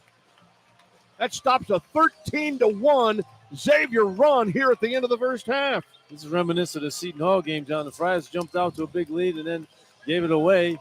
The same thing happened here with Xavier. They got to the glass and had that big run there, 13-1, but 1-point game at halftime. 1-point game, but Xavier has the lead, 41-40 at the intermission. Austin Rooke joins us for our halftime report. Coming up next from Learfield, this is Providence Friar basketball.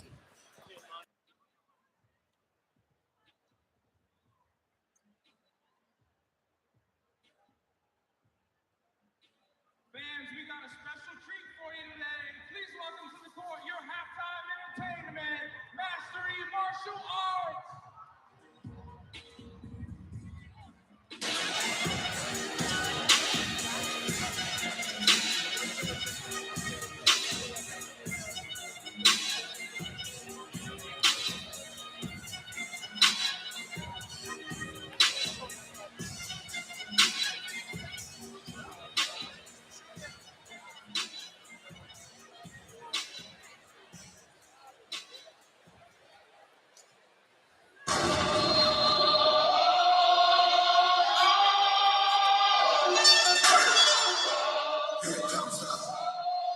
What do we have for highlights?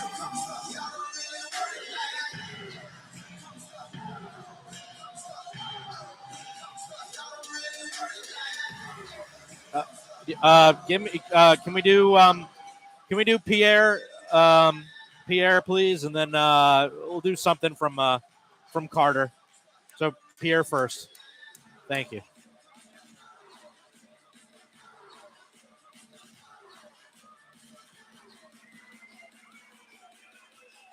Yes. Yeah.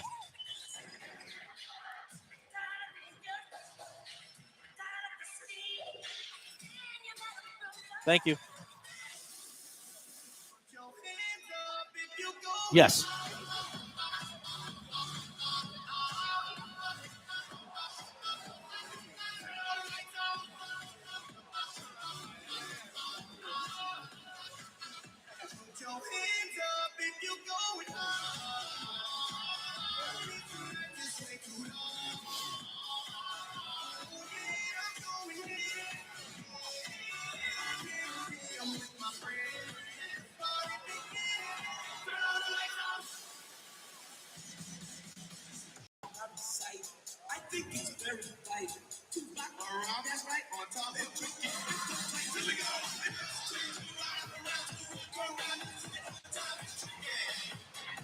I got it. Okay.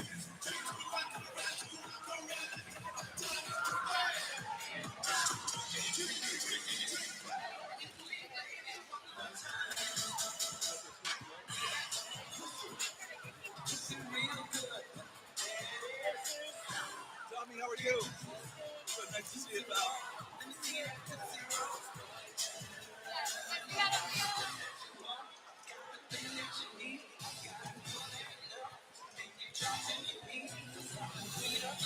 Janney Montgomery Scott helps clients connect their life and their finances. Janney Montgomery Scott, LLC, member NYSE, FINRA, and SIPC. Austin Rooke with you here at the half. Friars trailing the Xavier Musketeers 41-40. Xavier with a 15-1 run at the end of that first half. That was snapped by a Ticket Gains 3 at the buzzer. But the Friars in that first half, well, what would they be without Jaden Pierre? 10 points to lead the Friars in scoring in that first half, including 2 of 3 from downtown. He has been the catalyst so far for the black and white today.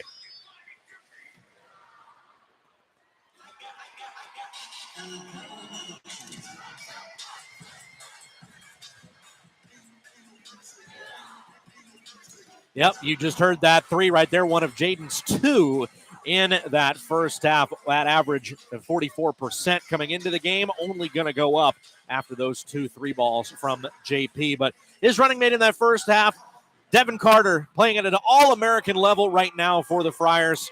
He had 8 points in that first half for PC, and he'll need to improve on that in that second half. But Devin's been a catalyst for the Friars all year, and he continued to be early on.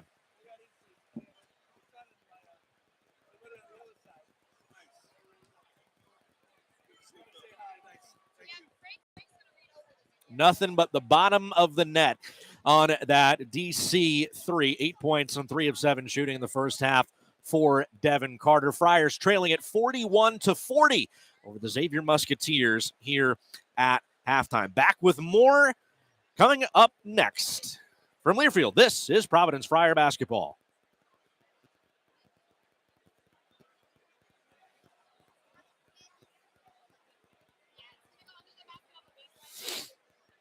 Yeah, that sucked.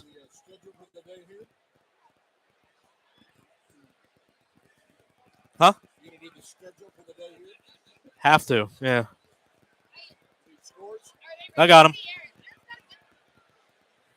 I'm going to do other relevant scores, too.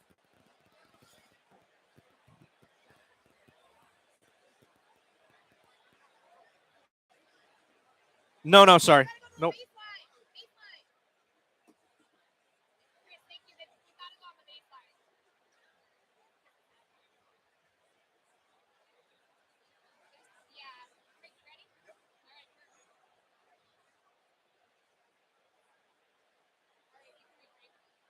Fans in 1999, led by head coach Charlie Hickey, the Providence College Friars baseball team finished 49-16 overall, 18-8 in Big East action, and captured the Big East tournament title as the number 3 seed.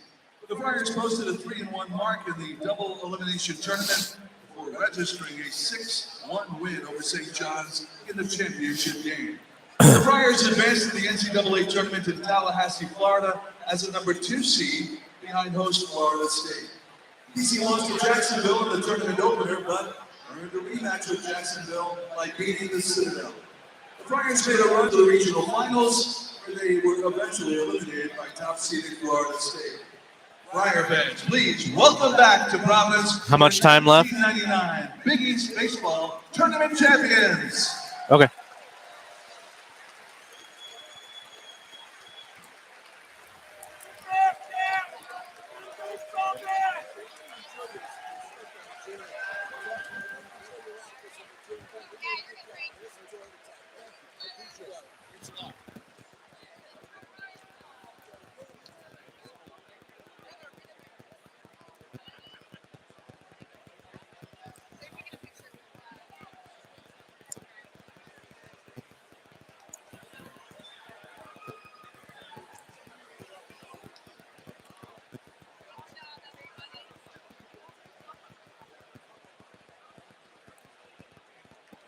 Providence College would like to thank the following corporate sponsors.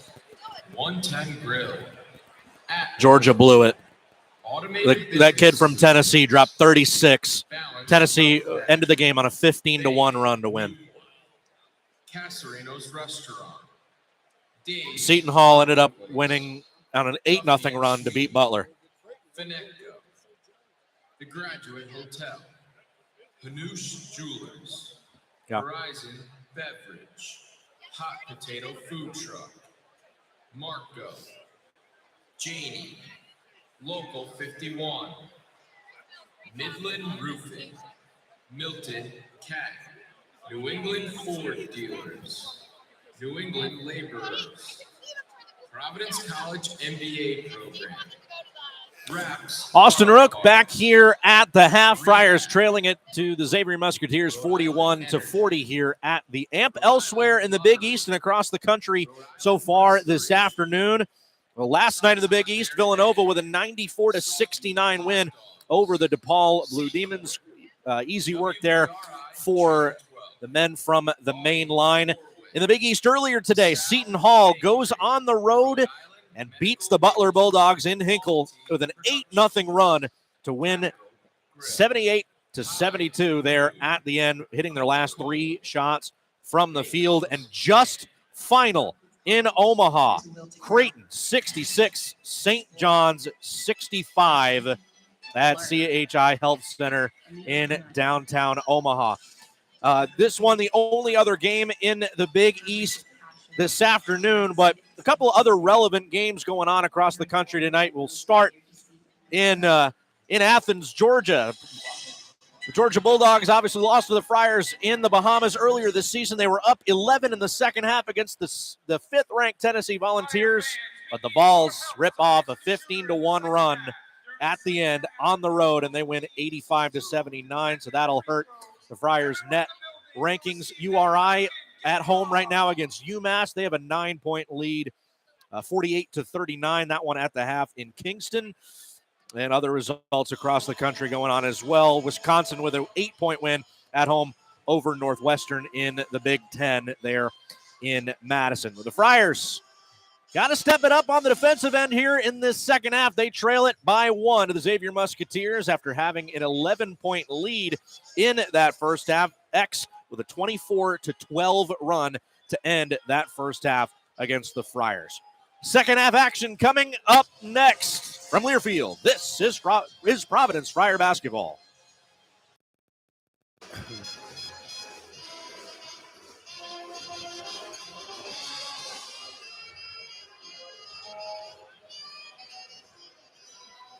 Hey, when we're in Chicago, John, Yeah. it's going to be 2 below 0. Yeah, I know. That'll be a lot of fun. You go outside and your snots freeze. Yep. Yeah, it'll be nice and balmy. Good thing it's the hotel's attached to the arena. I know. Then when we come home, man, the car It's going to be like 18 degrees Really? here. Did you see this? What? I can't read it. What does it say? 7'2" kid. Who is?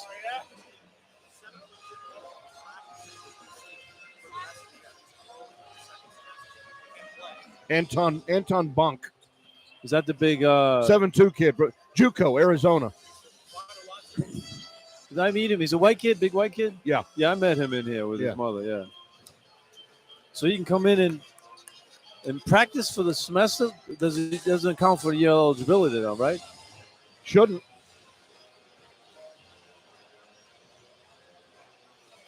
Huh. You know, there's all kind of wacky Eastern rules. Arizona College. Yeah, I met him and his mother. Yeah, I met him and his mother when he was here the last time. Wait, roll back, Ryan. Start playing with next season. Okay. All right. Presented by Jersey Mike's.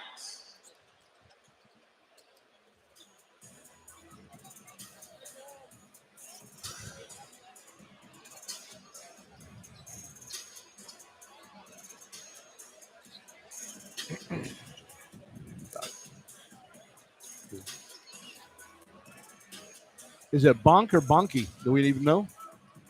Do you even know? Huh? How do you pronounce his name? Nope. I'm worried about this game. Yeah, I know.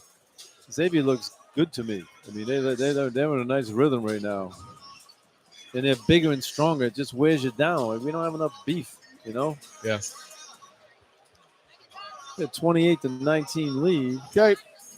Wow.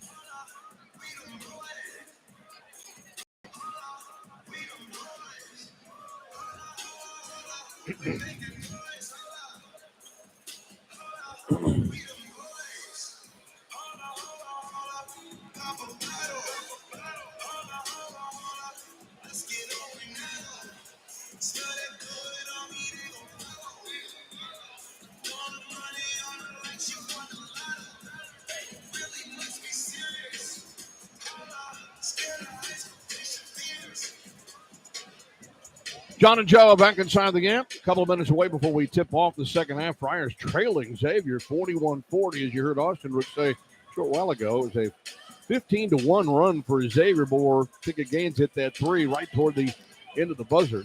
And a 24-12 run overall for Xavier to end that half, Joe. And when you consider that Friars' field goal defense the last two games has allowed opponents to shoot better than 48% from the floor, Xavier shot 50% from the floor here in the first half of this one. That defense has got to turn up more than just one notch. Yeah, and they shot 45% from three, a team that shoots just, that they don't shoot that kind of a level. But, you got to take away that three-point shot. Desmond Claude, though, has been the guy. He's 3 for 4 from three-point range. And the 19 points, only missed 2 shots. When you consider to take him away from that lineup, and, it's an adventure out there scoring-wise because they shut down their Quincy Oliveri with just the 5 points. So defensively, the Friars have to pick it up a little bit better on Claude and make him work a little harder. But he's just in a nice rhythm out there. He kept them in the game when they were struggling.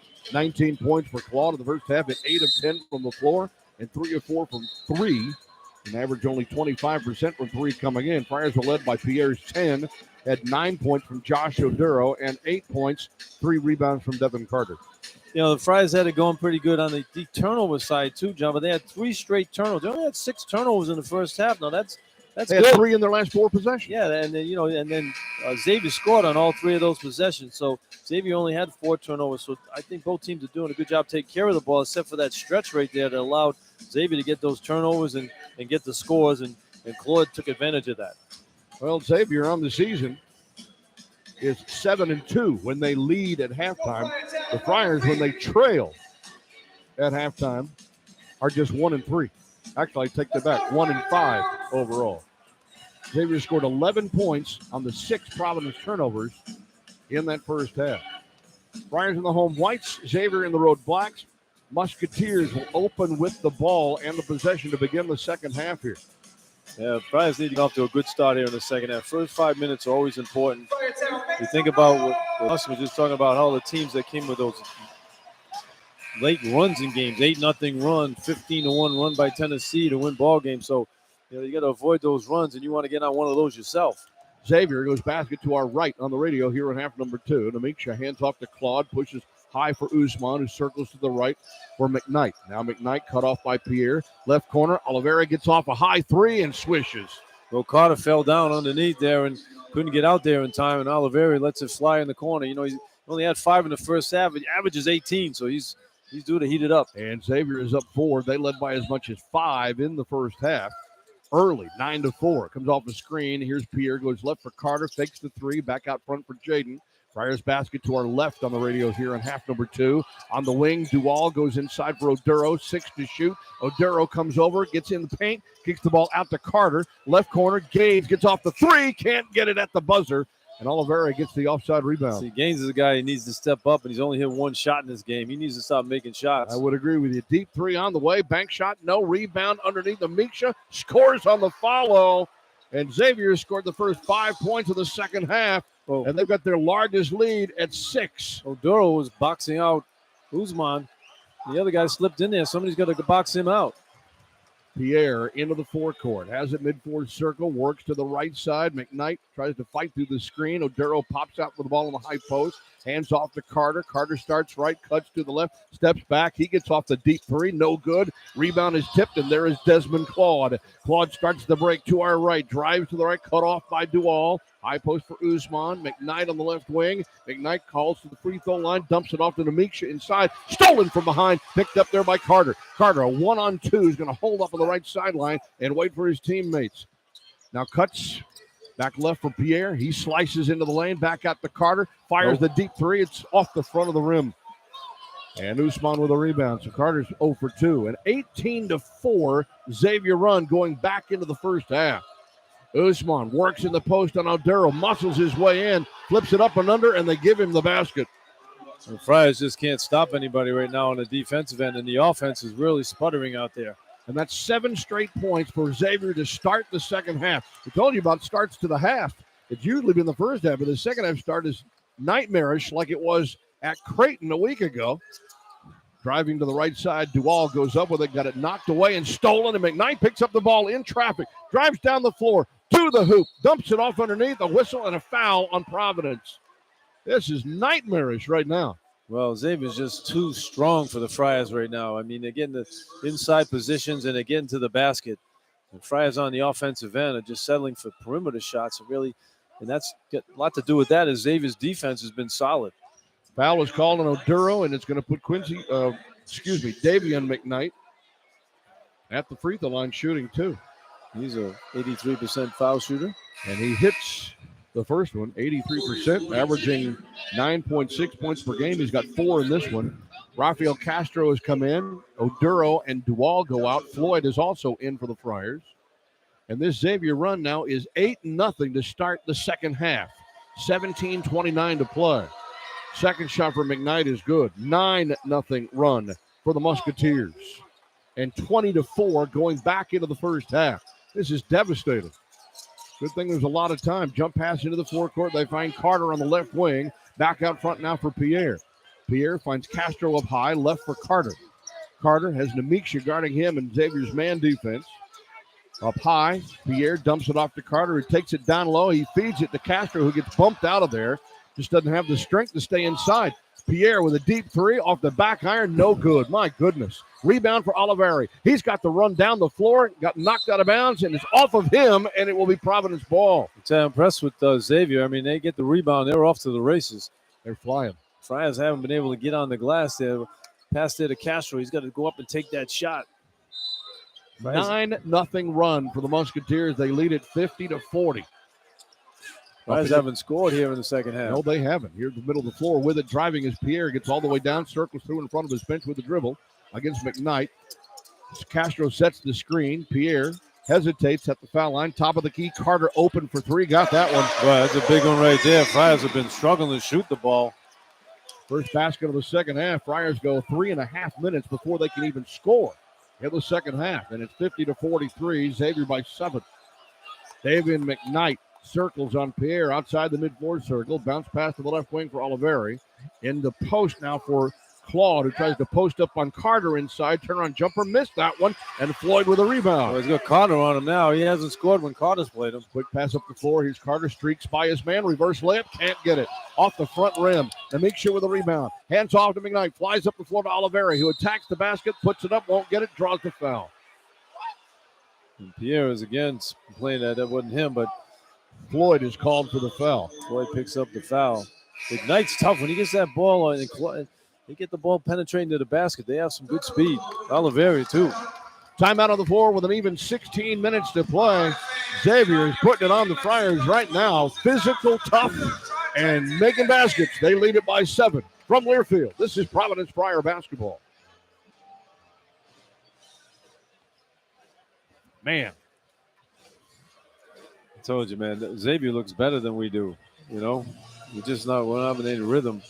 I think the size and physicality and just wears you down. And Friars have a tough time getting good looks, playing against a tough defense. And then when they push the ball at the floor, they miss the shot. They go to the offensive glass. Yeah. Oduro was boxing out his guy, and then nobody did anything on the other kid.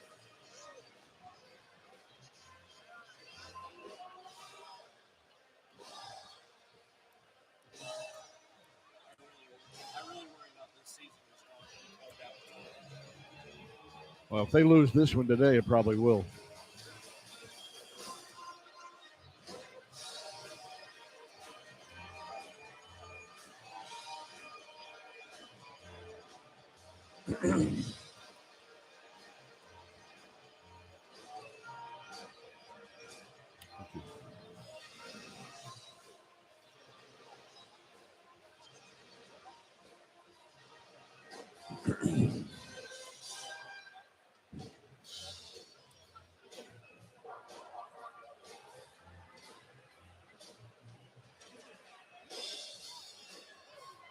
Let's go Friars! Let's go Friars! Let's go Friars! The New England laborers are training the workforce of today that will build tomorrow. With state-of-the-art training academies throughout New England, you'll be equipped with the construction skills, knowledge, and experience to start your career and a better tomorrow. Liuna. Feel the power. Xavier, 9-3 over the Friars here to start the second half, and a 50-43 overall. Yeah, Xavier's getting a little physical out there, and the Friars obviously don't have the beef out there to battle up and have to use their quickness, but Xavier also has some quickness too. They're winning the rebounding battle right now, 23-18. And Friars actually had a lead rebounding, Joe, at halftime. Yeah, and they're starting to wear the Friars down a bit with their size. Friars just start the half 1 for 7 from the floor at 14%. Xavier for the second half is 3 for 5 at 60%, 1 for 2 from three-point range.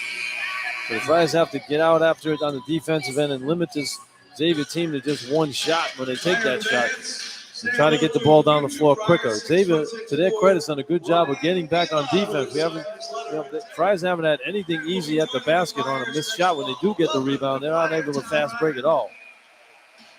Floyd and Castro remain in the Friar lineup. Pierre, Carter, and Gaines are also out there. Xavier going to the free throw line here as the foul was called on Corey Floyd before the timeout. And Quincy Oliveri will shoot the 2 on the season, 80% from the free throw line for the graduate transfer from Rice University. All-Conference USA, second team a year ago, if you can believe that. Free throw rattles and stays. A lot of guys shooting in the 80s for this Xavier team from the foul line. As a team, they shoot just under 73% on the season. He was third in Conference USA in scoring a year ago at 18.7 per game. His 18.3 per game leads the Big East this year. Wait, this him and McKnight and Oliveri, 2 veteran guards in the backcourt who had great seasons in their previous conferences. He hits them both. And that's 10 for Oliveri. And Trey Green back in for Xavier as their lead goes back up to 9, and they've got some full court pressure on the Friars in the backcourt. Pierre, double team, dumps it back in the middle for Gaines. Quick pass, forecourt left. Floyd attacks the basket, but 3 black shirts back there to stop him. Off to the right side for Carter. Now Carter, outside the elbow, pushes the ball left for Floyd. Floyd uses the screen, cuts to the right, Works down the right side of the lane, steps up, and is that a travel or is that a foul? It's a travel. Corey's got to shoot that one right away. He gets in there, just elevate above the defensive player. 7 turnovers for the Friars in the ball game. Their first one of the second half. You see, they only have 7, but, when they have them, it's difficult. They need to get scores here, and they're turning the ball over. McKnight winds his way to the forecourt. Amica up high. Claude, alley-oop to Amica down on the post with Carter on him in the right post. Muscles his way and throws it up short. Rebound is tipped there and saved by Castro. Job by Castro getting on the glass. Now for Floyd up the right sideline. Comes back to the left side. Passes for Carter. Carter guarded by Amica. Uses a screen. Cuts to the right. Steps back. Fires the 3. Off the rim. No. Long rebound. Foul on the floor is called on Usman. Yeah, Usman held Castro there. He shook his head, said, yeah, I did. Because Castro was going for that rebound and just grabbed him. Second foul on Usman. First foul on Xavier here in the half. Friars need a score here. Badly. They get some rhythm going on the offensive end. Pierre will inbound. Baseline left of the basket with 20 on the clock. Inbounds to Gain. Catch and shoot 3. No. And a rebound again for Green in the middle of the floor. And then Green drives and gets a foul called on Castro for reaching in. Friars just can't make shots, especially Gaines. He's struggling out there shooting the ball.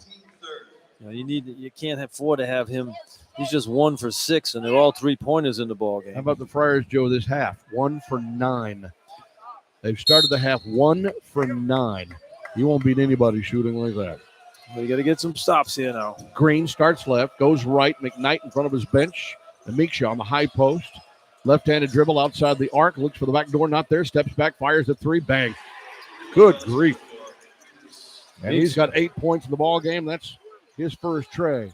And Xavier's largest lead is now 12. Friars had an 11-point lead in the first half. Xavier now leads by 12. A 23-point turnaround. 3-pointer, top of the key is short. McKnight with a rebound. McKnight in transition. He's going to go 1-on-2. Move inside the lane. Stops short out front. Amica, another 3. Got it. This is ugly. This is the best 8 and 9 team you'll see. They're playing in a nice rhythm right now. they're making everything. They took that big 15-1 run at the end of the half, and they're just extending it here to start the second half. Yep, and Kim English calls a timeout. 14:26 to go, and Xavier is up by 15. Yikes. From Learfield, this is Providence Friar basketball. Oh, man. So 15-4 in the half, and it's now 17-3. 35-7? 30-7? 30-7. Holy crap. Yeah.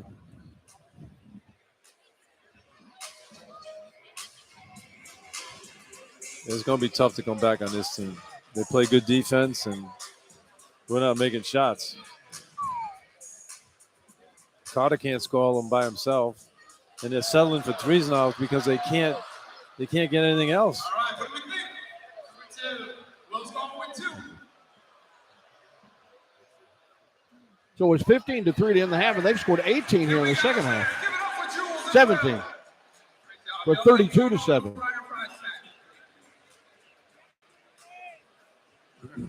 Okay. Right. And they had 15 to end the half, so at 32-7. Earlier today, the Flyers had their 7th assist. No, I'm counting it. Congratulations to Jake, tonight's Lucky 7 football winner, presented by Rhode Island Lottery. 1, 2, 3. Yeah, 32-6. 32-6. It's all in the draw. Wow. Milton Cat, your Caterpillar equipment dealer for the Northeast, is a proud sponsor of Providence College Athletics. John and Joe at the Amp. This run going back into the first half is 32-6 for Xavier over Providence. Xavier's playing great basketball, and the Friars just can't score on the offensive end during this drought, and they can't stop Xavier down the other end. And when Xavier does miss a shot occasionally, they get the offensive rebound. So a lot of good things happen for the Friars at this point. They need to get some stops, obviously. The defense has been good all year, but this Xavier team, when you have veteran guards like they do, which are playing good basketball right now, Oliveri, 50-year guy, You got McKnight, a 50-year guy. I mean, both those guys had big years in their conferences last year. Desmond Cloyd come out of the gate flying. He had 19 points at halftime. He hasn't scored here in the second half, but he's got teammates picking him up. Well, he's got Amica and Oliveri picking it up. Amica hit 2 threes in a row, and that's it's going to be tough for the Friars to get anything going right now unless they get some stops on the defensive end. Yep, stops, then hopefully leads to pops. But right now, down by 15 at 58-43, 14:26 to go. That's a lot of time. It's got to start somewhere. Xavier is just getting what they want out on the floor. They are, and they're getting their fast break going too, John. They've scored 17 points on a fast break. That's a lot of points on a fast break. Friars just have 5 on a fast break, and the Friars rely on it all game. To the far side, and back off to Pierre in the midcourt circle. Now Pierre turns and looks, got Davion McKnight in front of him, off to the right wing for Carter. Carter against Desmond Claude, looks to the post underneath for Oduro, tries to back his way in, gets double teamed down on the left post, shares it off, ball goes out of bounds. It will be Xavier basketball. He tried to hit Floyd. Well, Oduro's in there. Nobody cut to the ball.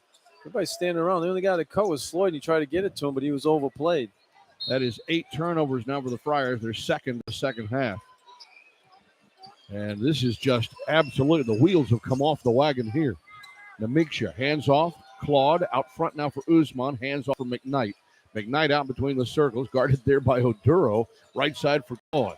Now Claude in front of his bench, cuts back to the left, 11 to shoot, spins at the foul line, throws up the runner, off the back iron, no good. Claude got his own rebound. Friars tried to reach it and save it, get it out to Green for 3, money.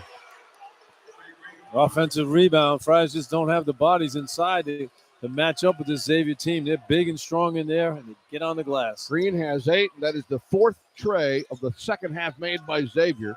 It's 11-0 on the run. It's 61-43 overall. This is absolutely disastrous.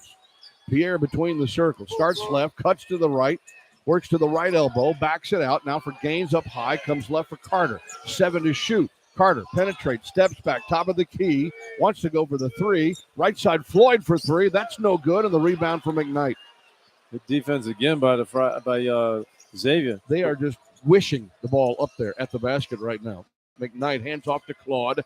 Claude going to lob it down low, working inside. Amica, offensive foul. He hooked Carter. Well, that's a bad call right there. It's Sean Miller saying to the official, come on, man. He flopped on that one. Misha's a big, strong guy, and he got the position in there with Carter. Carter made the right play. He got in there and dove on the floor, and the official bid on it. Second foul for the 6'8 senior out of Lithuania. Second team foul. And a turnover. We'll give the ball back to the Friars here with 12:45. The Friars have scored 3 points, Joe. 3 points in 7 minutes and 20 seconds. Carter kicks it through left wing for Pierre. Pierre now back out front for Carter again. Carter drives by Claude, kicks the ball out to Floyd, had the 3, won't take it. Now for Gaines, won't take it in the right corner. Dump off to Oduro with 9 to shoot. Oduro looks opposite from the floor. He'll find Pierre. Pierre finds Gaines inside and gets blocked by Usman and fouled by Usman as Gaines went down to the floor. And Gaines went up for the dunk on that, and Usman came over and tried to block it and made sure he didn't get the dunk. And Gaines took it to the floor there. Friars had 2 or 3 open shots, kept trying to move the ball around to get a better shot, and that's been part of the problem in this offense, I think, is that when the guys have the open shots, they're just hesitant to take it. Well, I mean, I don't mind the way they were moving the ball there, John. They were moving the ball. The Xavier players are running at the shooters, so they throw the extra pass, and somebody's going to be wide open. They got the ball inside the Gaines for a dunk. He just got fouled by Usman, which was a good foul by Usman, making sure that he didn't get the dunk off. And yet the Friars have been scoreless now for 4 minutes and 20 seconds on the clock. And they're going to have to put Gaines at the free throw line here to shoot 2. The only points of the second half came on a Devin Carter 3. It's 33-7 the run over 12 minutes here in the second half as Gaines hits the free throw. In for Xavier, Nazar Djokovic. You know, they come with those. Correction, that's Sasachani. They come with those big Europeans in here, man. They're just monsters. They're just, they're not going to beat your athletic ability. They just take up space and good fundamentals. Gaines, second free throw on the way. Got them both. Only 5 in the ball game, though, for Ticket Gaines. Friars are down 16 They're going to go with some full court pressure here.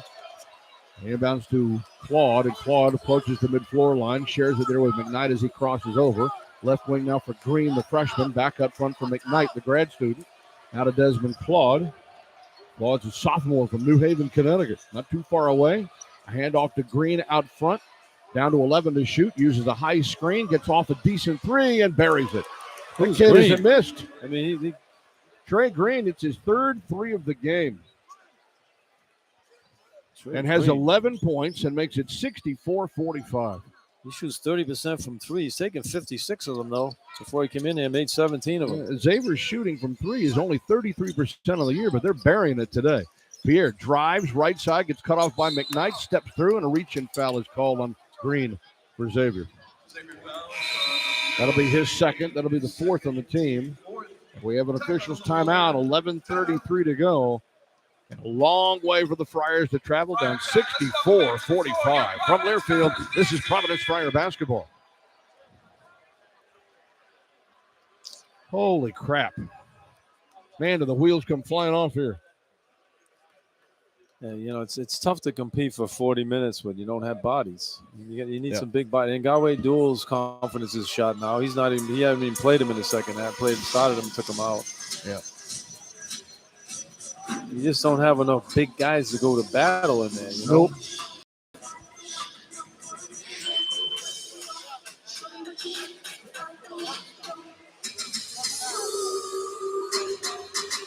Ugh.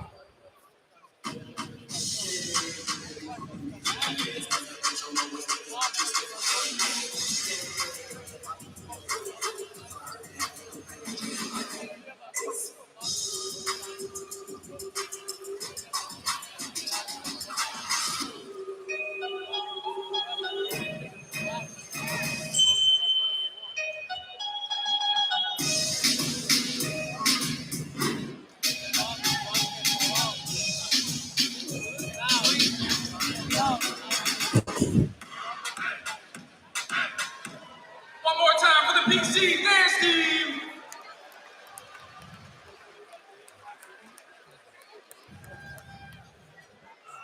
All right, Friartown, we got another fan favorite back here today. It's time for the Hanoush Hole-in-One putt contest. Today we have Sean, who's going to take his attempt at a full court putt. For water, fire, or mold damage, call Rhode Island Restoration, 401-414-1111. Rhode Island's top choice for property damage cleanup and repair. Emergency service available 24/7. Could use a little emergency service right now, I think. Yeah, I mean, the emergency is Xavier is just playing too Lights well out. right now. Give Xavier the credit. They're lights out right now. They're 7 for 11. Well, maybe that's a good sign. We just had somebody hit a 94-foot putt for a prize here at halftime or here in the second half. The sponsorship by Hanoush. This is the first guy I've even seen hit the board this year. Yeah, that's pretty good. A 94-foot putt. How about that? That sounds almost Joe Hassett-ish. Can he make a three-pointer? The Friars are just 1 for 9 from three-point shots in the second half here. 1 for 11 overall. And just can't put anything in. On the other hand, Xavier John, 7 for 11, 5 for 6 from three-point range in the second half. That's crazy. And that's why they have this big lead. 83% from three, 63% from the floor overall, 4 of 4 from the foul line. The Flyers just 1 for 11 from the floor, conversely. And that's how you go from a 1-point game to a 19-point game, just like that.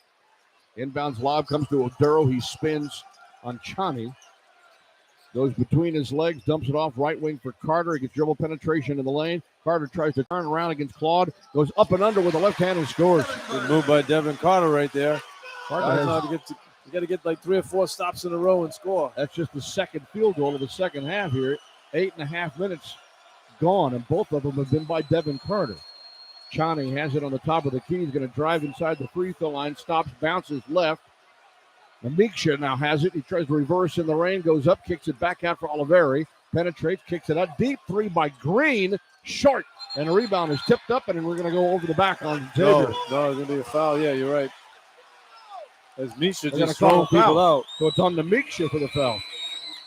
Misha just come in there and threw 3 people out of the way going for that loose ball. The big European Player there made a couple threes here in the second half. He's throwing his body around. It's his third personal. That's 5 on Xavier in the half. He comes out of the game, and they'll bring Dalen Swain, 6'7" freshman, in to replace him. Friars with the ball. do to get hot here. You know, he can't shoot much worse than they've been shooting. They need about a 10-0 run to get back in this. Carter, left at the top of the key. Oduro sets the screen, uses it to the right, out to the right elbow, backs it outside the three-point stripe. Rich Barron into the game, has it and drives it, gets down into the post with it, bounces in the middle. Oduro, a little jump hook, round the rim, and it goes in. Good pass by Barron right there. He got a nice penetration right there to the basket.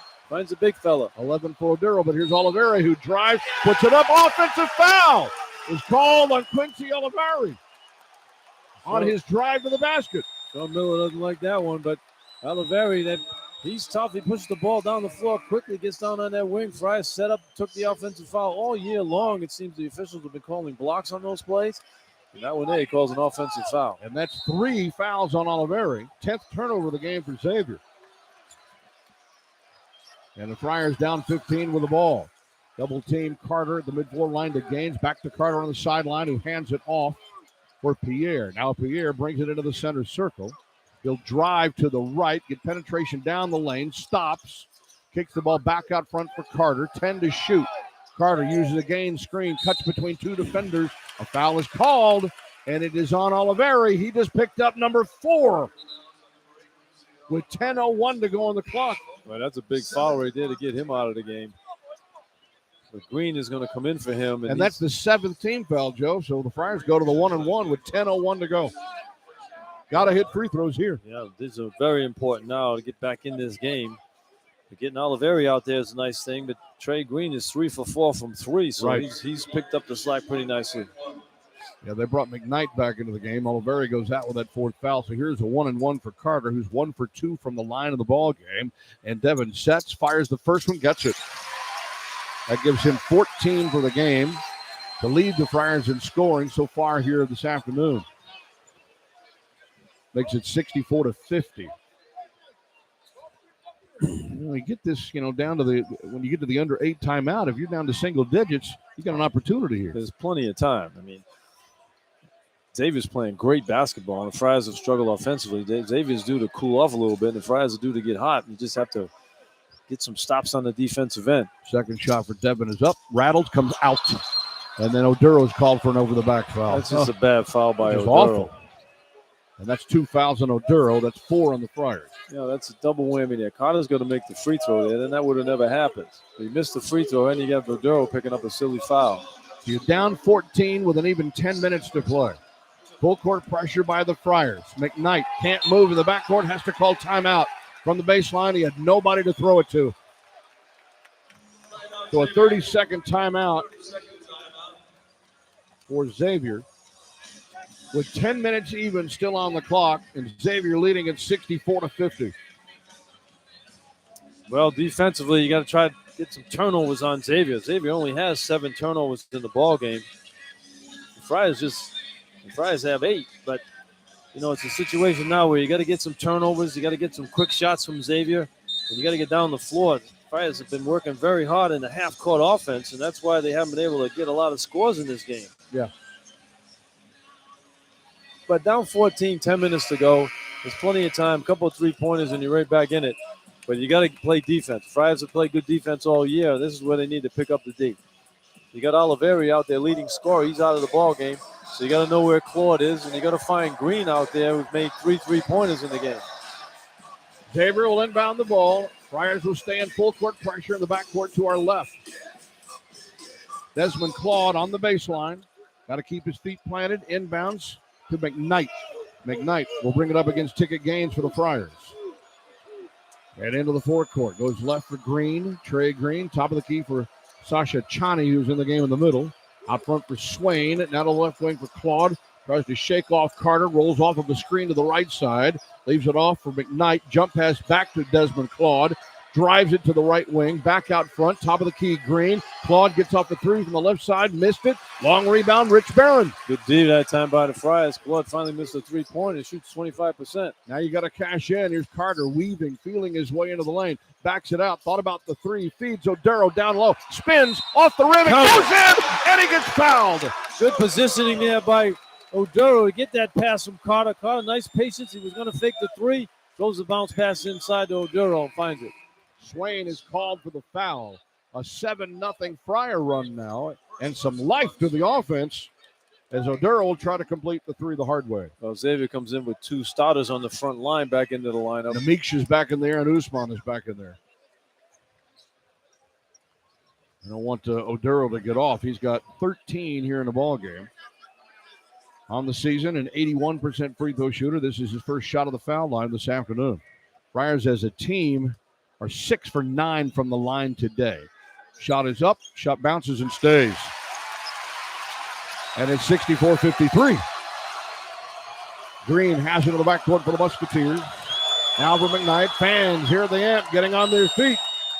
Green up high for Usman. Usman hands up for Claude. Cuts to the right, goes down, goes up the runner, and in over Carter. Well, that was a good move by Claude right there. First basket of the second half for Desmond Claude gives him 21 for the game. That was a tough move. Good defense on him. He just made a good shot. Stops an 8-0 Friar run. Carter off the top of the key to the left. High post Odero turns and looks. They're going to leave him alone. He thought about taking the shot. He drives to the left. Going to spin in the lane on Usman. Goes up. Can't get it, but Usman with the foul. Good job by Odero that time. He saw an opening. Friars were cutting on the perimeter. Everybody was guarding their man. Xavier was overplaying everybody, so he saw the open middle. He took it to the basket against the defender. Gets to contact, gets to the line for two. And that's 4 fouls on Abu Usman. 9th team foul on Xavier here in the second half with 8:43 to go. 2 shots here for Josh Odero. Just hit his first one of the ball game a couple of moments ago, and his first try here is good. That gives him 15 for the game. Sasha Chani, 6'9" freshman out of Slovenia, has to check in for Usman, who picks up his fourth. So there's 2 Musketeers now with 4 fouls, and both out of the game. Well, they got Chani in now the backup center. They look to go with Odero a little bit more with the ball. Second shot for Josh is on the way, and he got it. 16 for Odero. Friars trail by 11 with 8:40 to go. It's 66-55. McKnight.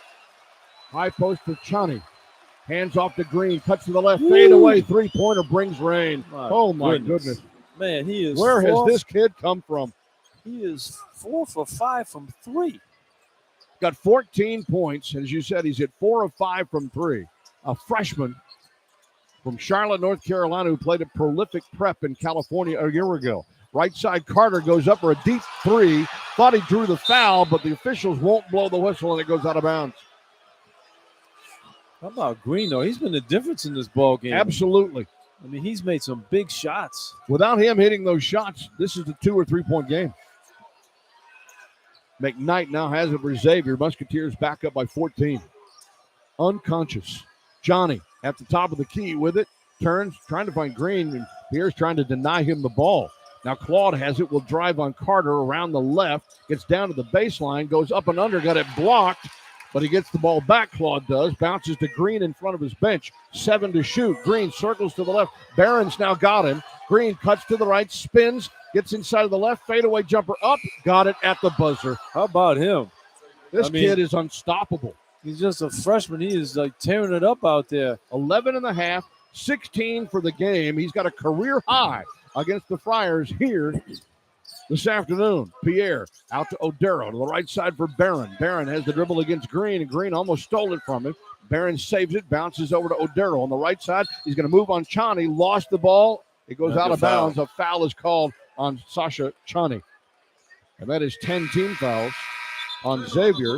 And he'll put Odero at the line shooting 2, but just 7:15 remaining. And we get a timeout on the floor. Xavier back up by 16.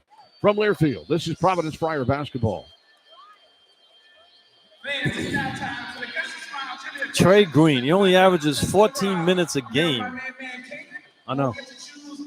He shoots 30% from three. 56 of his 78 shots coming in have been three-pointers. He's 92 from the foul line. Man. He averages 6 points a game. All right, Kaden, what do you think, bud? Justin? Going with Justin Fernandez. Let's see if he's right. And he's right. Great job, Kaden. He's going to be going on the Firefly stack. Once again, that was the guest smile trivia question. Presented by Delta Connection of Rhode Island. Well, we need one of those Tennessee 15-1 runs. No kidding. Fans, make some noise for tonight's jersey cam. Make sure to wear those jerseys at the next game for your chance to make it on the video board. Jersey Mike's is a proud sponsor of Providence Flyer Athletics.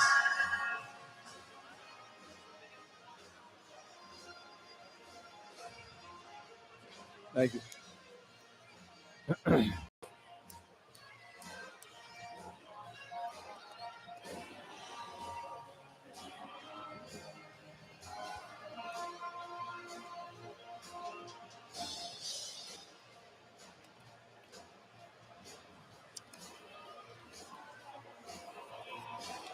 SeatGeek is now the official fan ticket marketplace of the Providence Friars. Whether you're buying or selling basketball tickets, SeatGeek is the place to do it.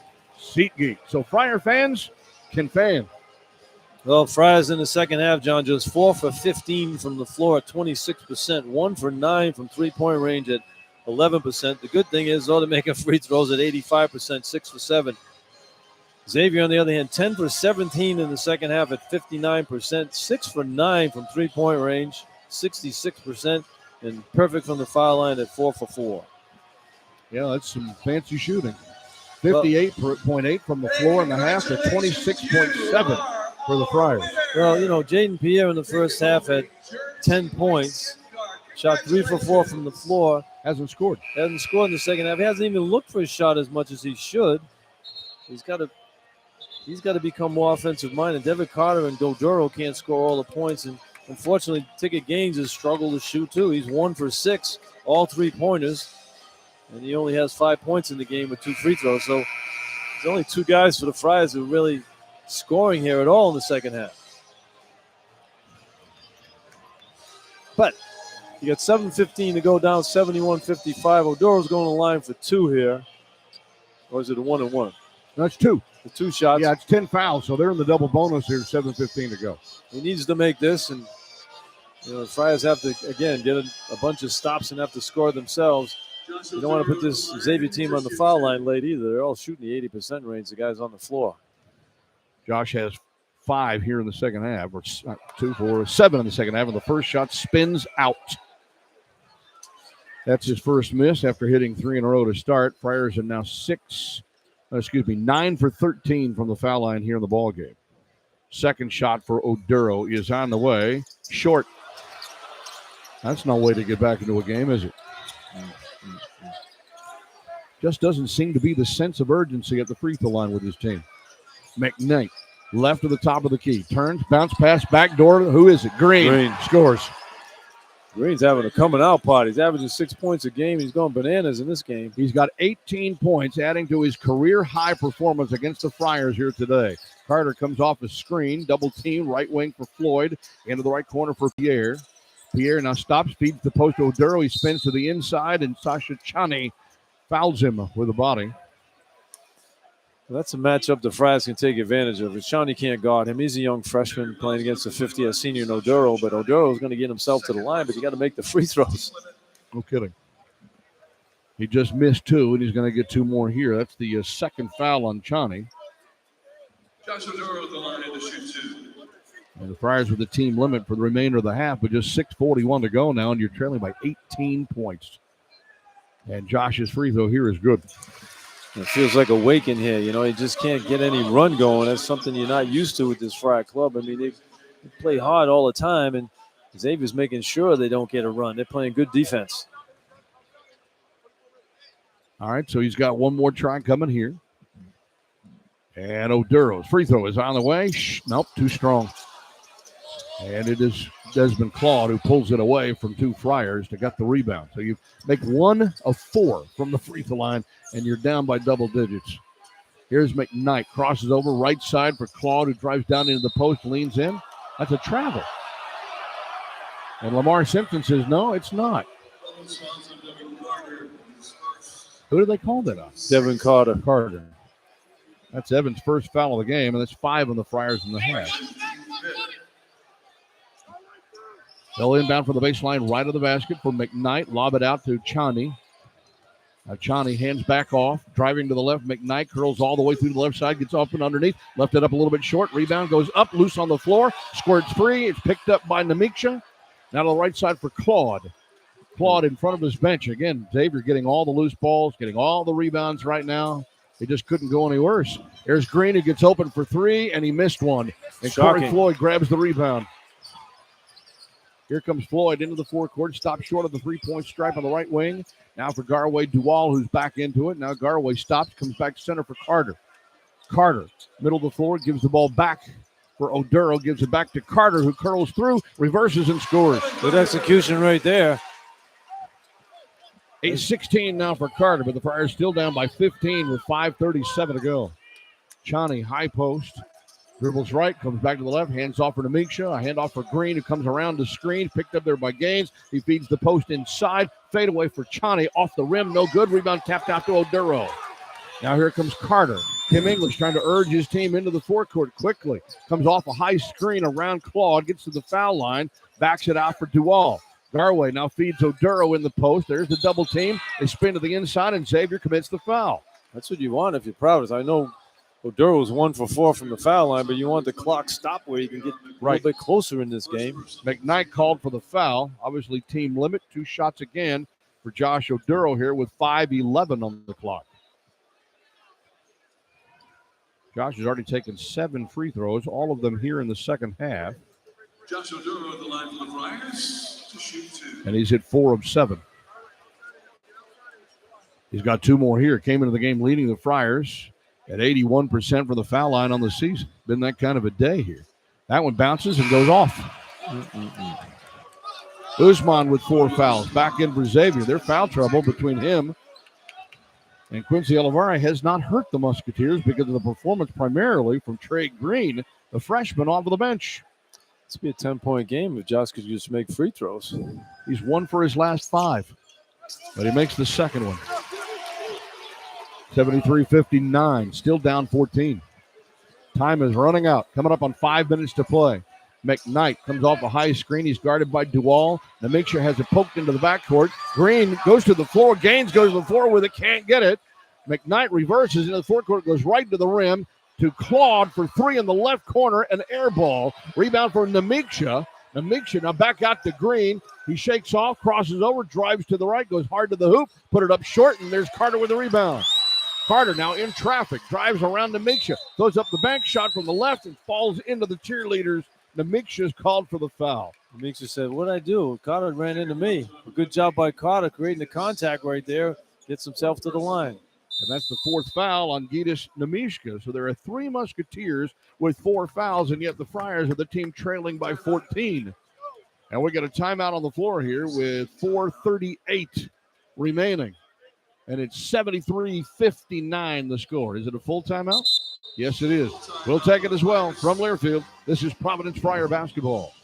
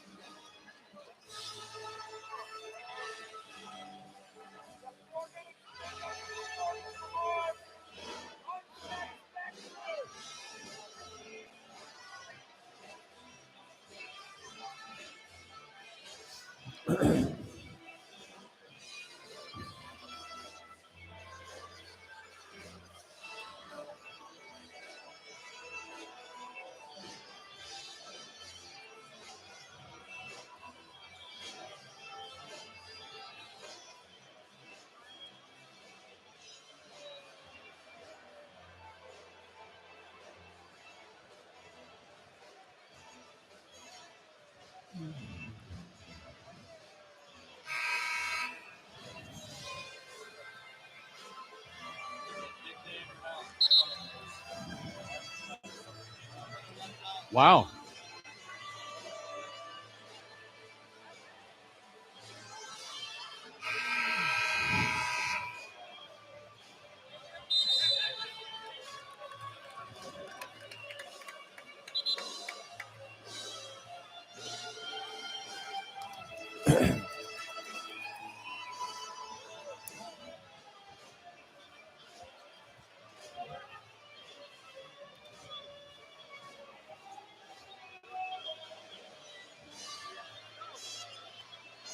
John Rooke, Joe Hassett, back live inside the Amica Mutual Pavilion. We've got 4 minutes and 38 seconds left.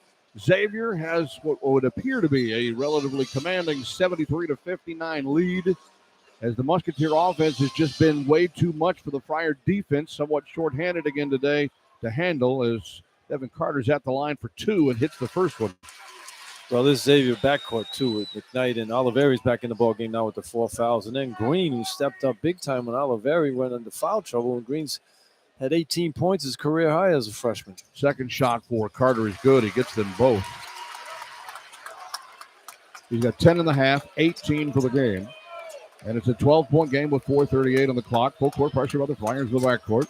Oliveri, who's back in the game, runs the baseline, inbounds to McKnight. There's a double team. He spins out of trouble. Gets the ball to Green. Green, quick pass to the forecourt. Right wing for Claude. Claude outside the three-point stripe. Backs it out in front of his bench. And the Musketeers will use a little clock. So it is McKnight now against Gaines for the Friars. Up high, Usman on the high post. 2-3 dribbles around the arc. Going to work inside on Oduro. Gets down underneath the basket. Flips it up over his head and scores. He moved there by Osama as he got in there. Used his body very well to get underneath the basket and use the rim. Just his second basket of the game. Friars need stops.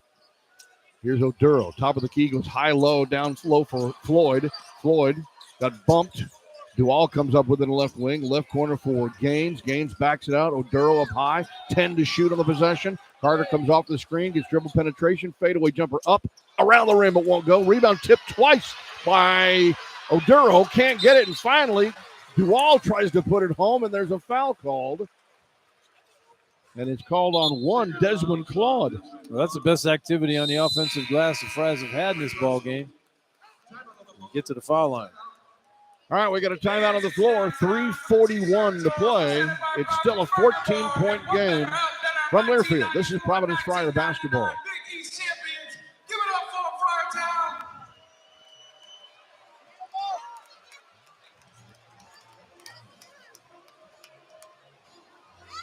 Yeah, I know.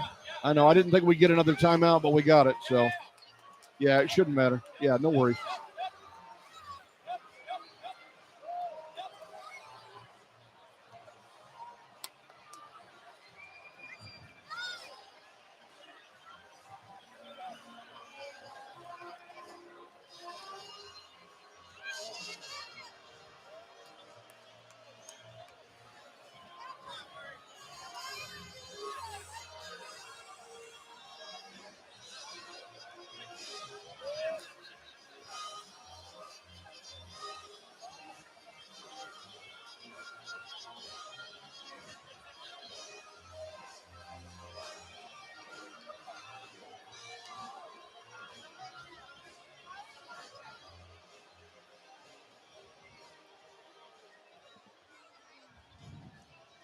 John Rooke and Joe Hassett back inside the amp here. 75-61 with 3:41 to go. The Friars are down 14. How about this for a little quirkiness? Desmond Claude, this team, when Desmond Claude leads them in scoring on the year, is just 1-3.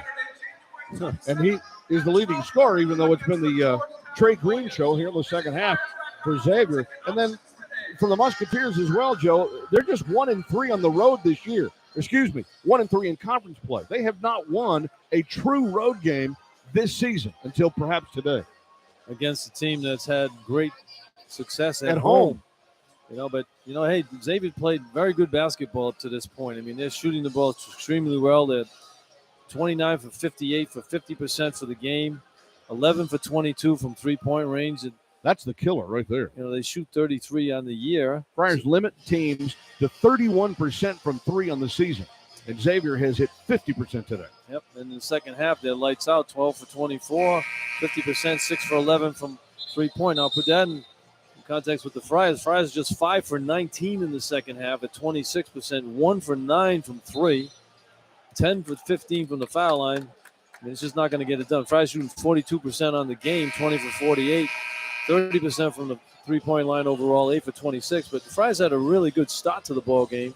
You know, they actually up 28-19 in this game, and then just went on a cold spell, and Xavier got it rolling. It was 28-17, 11-point Friar lead with 8:37 to play in the first half. And then that's when the wheels just flew off.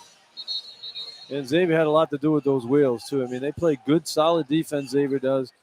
And guys stepped up, especially Claude. He was the guy in the first half. I mean, he did all the scoring, kept his team hanging around, and then Green and McKnight took over. So Garway Dual is at the foul line, not Josh Oduro, but Garway hits the first free throw, and that's first point of the game for the freshman who got the start today at the point guard. Well, Garway doesn't look to shoot a lot, but he tries to get the ball to open teammates. And his second shot is up and in, so he gets his first two to go. And it's 75-63 with 3:41 to go. Pierre comes back into the game replacing Garway. Full court pressure again for the Friars in the backcourt. Oliveri runs the baseline. The inbound to McKnight. He's double teamed in front of the Friar bench. Jump pass thrown in the middle of the floor. There's Green to take it. Green goes down the lane, throws up the runner at the basket and scores. Man, what a game by Green. He's been terrific out 15 second half points, 20 points for the game for the freshman from Charlotte, whose previous high was 10 on 4 different occasions this year. He's averaging 6 points a game.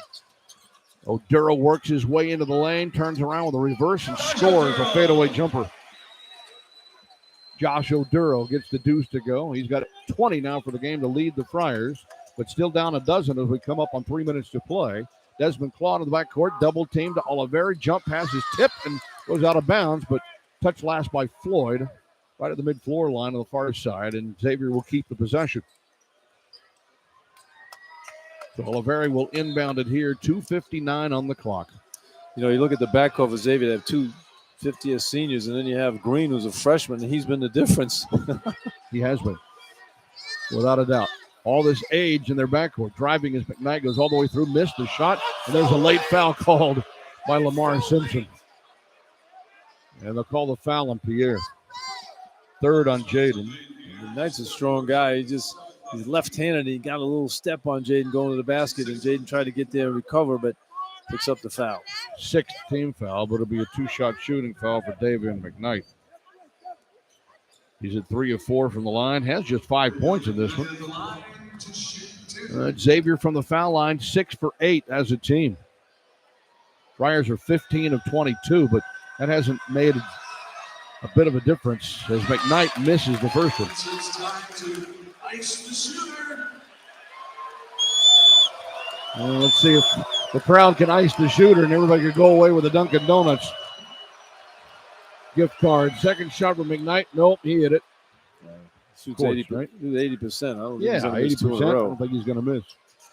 Right sideline for Floyd. Now for Pierre, who drives all the way through the baseline, kicks it through. Carter for 3, right corner, in and out. No. Rebound poked out. Carter chases it down from Oduro, gets stripped to the floor, and stolen by Claude. Desmond Claude crosses over on the wing there for Green. Steps back, another 3. Oh, my. Are you serious? He's not even worried about the clock. He's not backing it out. He's going to shoot the shot. He's got it going. He's in the zone, and all his teammates are laughing out there, and he's having a good time. 23 points for the freshman Trey Green. My goodness, what a performance. Carter, top of the key for Pierre. Pierre's going to go up for a deep 3, and it's an air ball, and the ball is off the foot of Ticket Gaines, and Xavier has it. My goodness. 81-65. We're under 2 minutes to play. Down underneath, Usman, reverse layup, rolls in. Brian tried to go for a trap at midcourt there, and that freed up Usman underneath. But Friar defense is, let's be frank, has not been good today. well, the Xavier offense has been real good. Zone defense here for Xavier, and there's a steal as Pierre just telegraphed it, and he knocks McKnight to the floor on the other end, and this is getting ugly with 1:38 to go. Pierre's called for his 4th foul. And that's the 7th team foul. So a 1-and-1 here for the Musketeers with 1:38 left on the clock.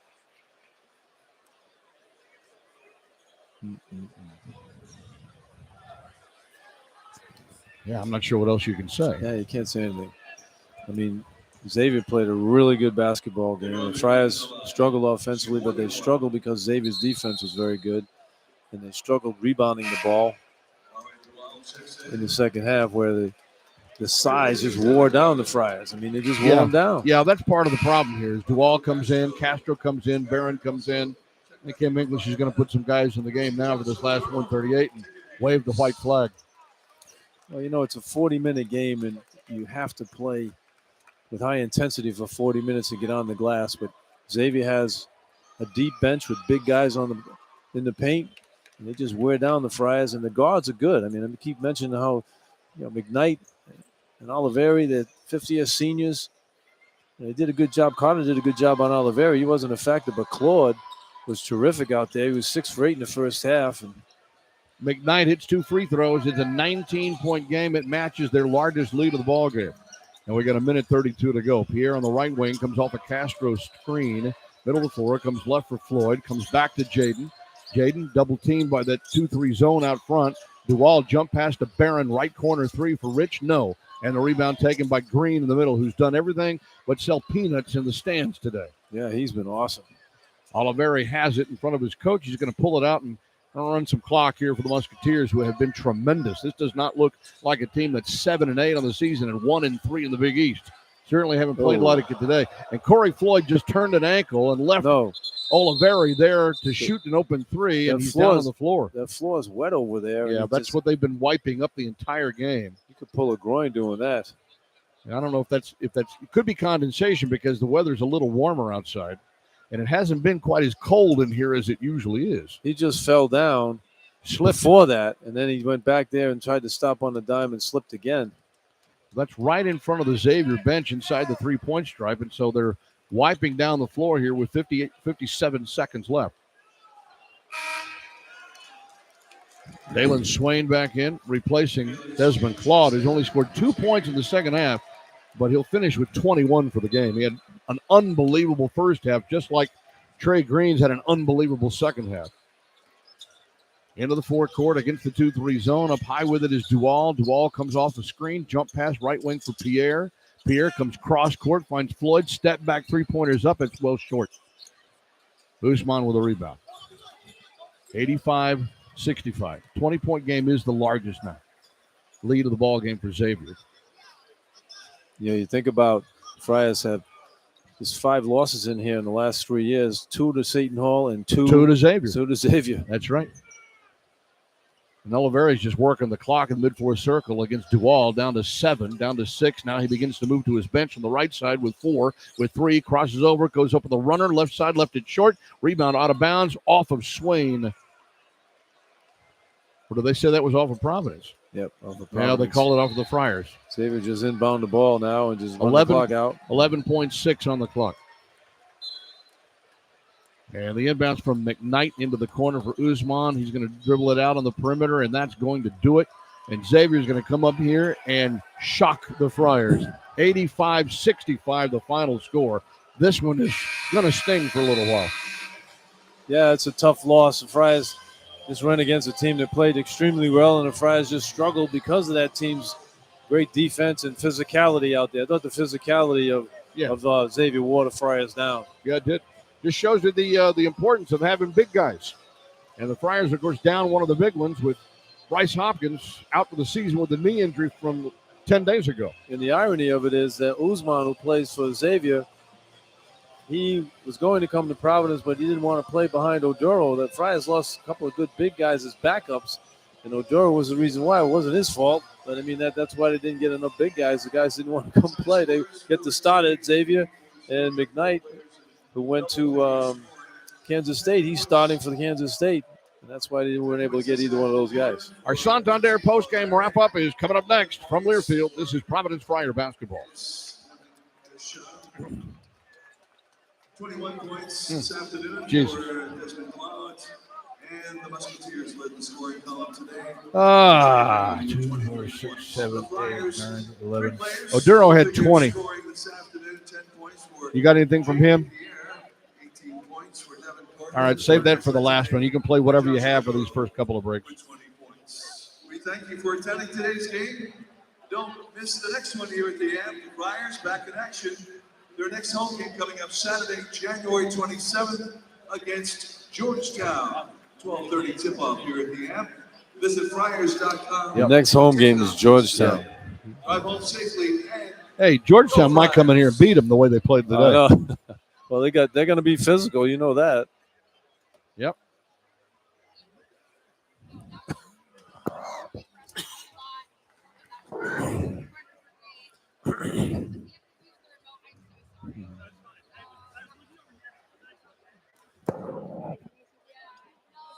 That's fine. That's fine.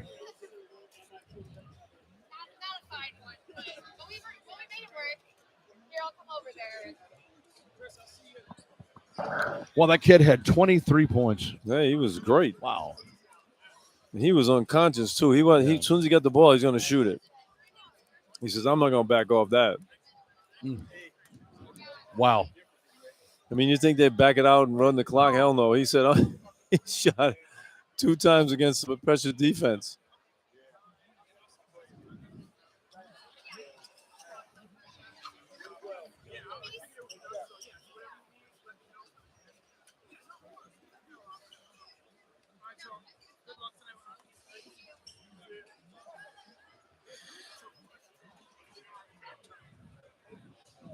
Well, we don't want to bring the 94 team back and the baseball team back anytime soon. That's the worst loss we've had in here. Oh, Seton Hall blew us out last year. That was ugly, too.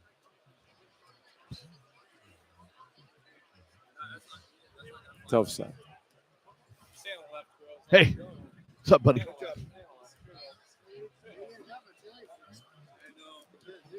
Oh, man.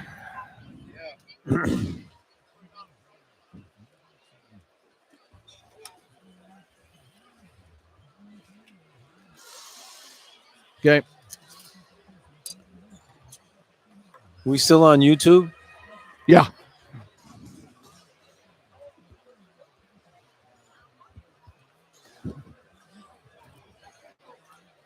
What was the run? 32-6 that buried him, right, Osh? Say that again? 32-6 was the run that buried him from the first half to the second half? Yeah.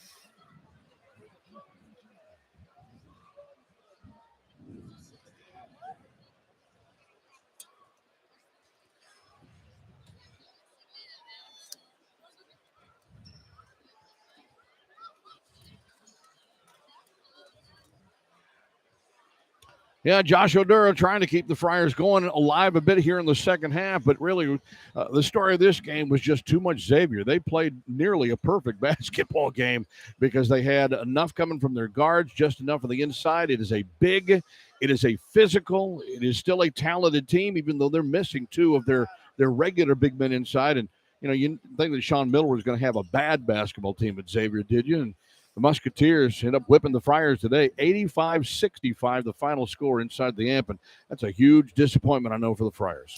It is. I mean, Xavier comes in here 8-9 overall, but that's a very good 8-9 team. They battled with Connecticut in the last ball game, lost in the last couple of minutes of that game, but they're a big, physical, strong team with veteran guards who are only going to get better. And, the size of Xavier, I really felt, wore the Friars down inside. They weren't able to get enough rebounds against this team. They out-rebounded 38-29. But the guards are so good. I mean, Devin McKnight, he's a fifth-year senior. Quincy Oliveri is a fifth-year senior. He's their leading scorer. He only scored 10 in the game. But the young freshman off the bench, he averages 14 minutes of playing time a game. Right. He averages 6 points a game.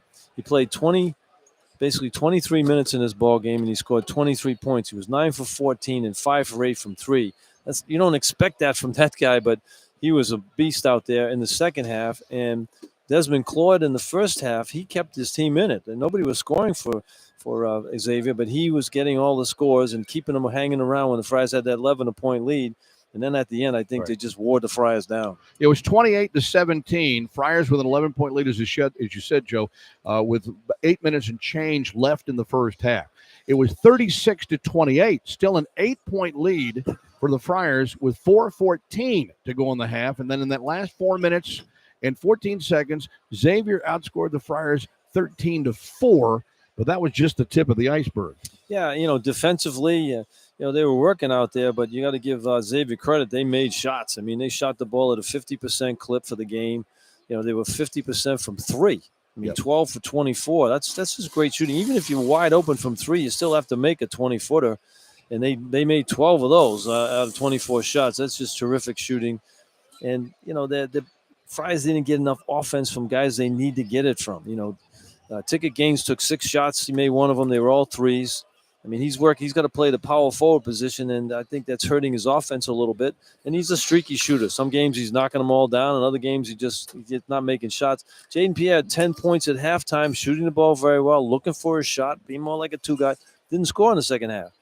So he only took 7 shots for the game. So he needs to be more offensive minded. So their Friar roles on these guys have to be more of thinking scoring the ball. With Hopkins not being around, you got to replace that 16 points a game. And I think it's worn down. The Friars don't have enough beef inside, to be honest. I mean, this team here kept running guys from Europe in there. I mean, big. You can't even pronounce their names. They're just, you got Usman, who started the ball game, but you bring in Djokovic, you bring in Siani. They just Menska. I mean, they just go in there and they just pound European style. They just get on you physically, and they control the paint. They did a good job rebounding the ball. They sure did.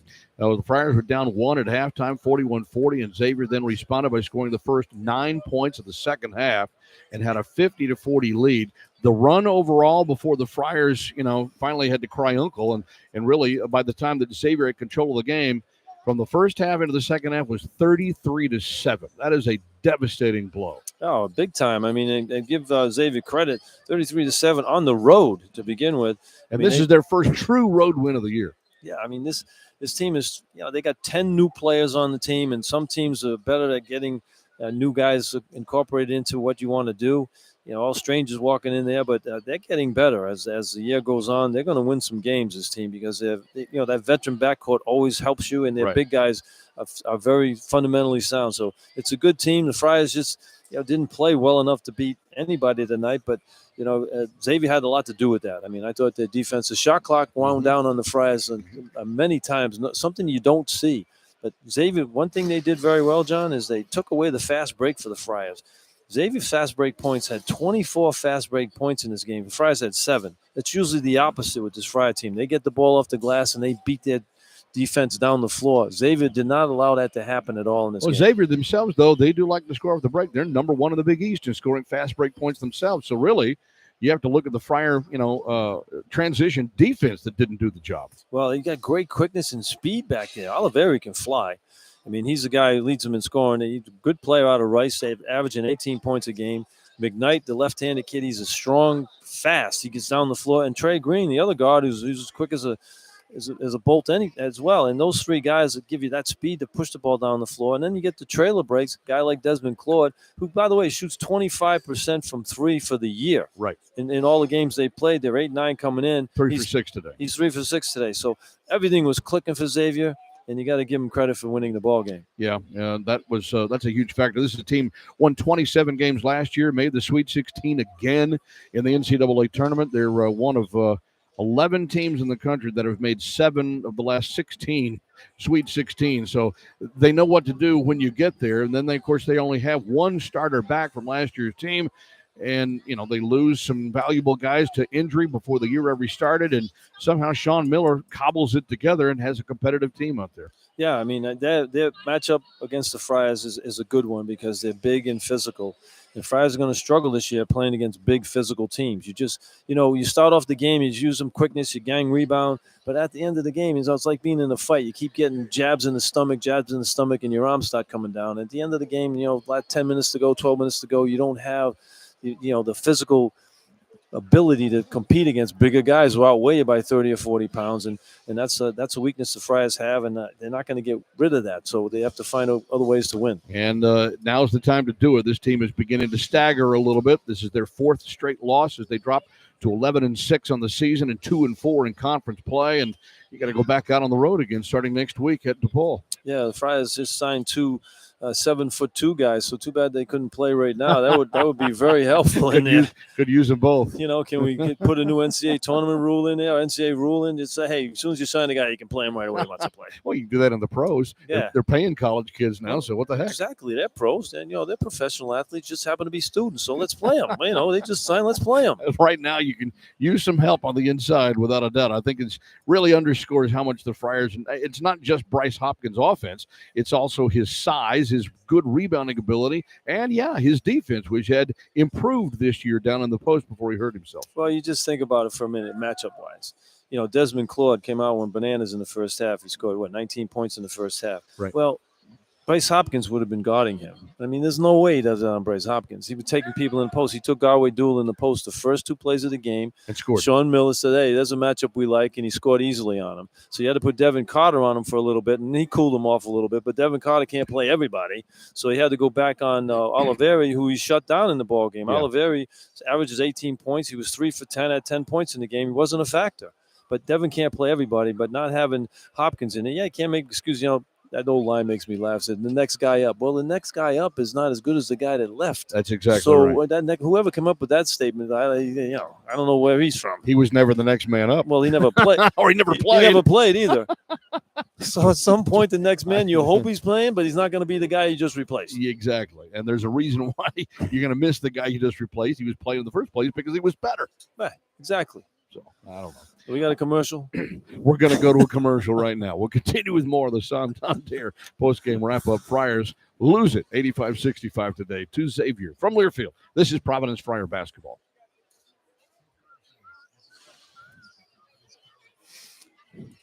How you doing, man? No. The hell with that. Well, you need something? Yeah, just stay with PC is fine. Yeah, just find something that's good.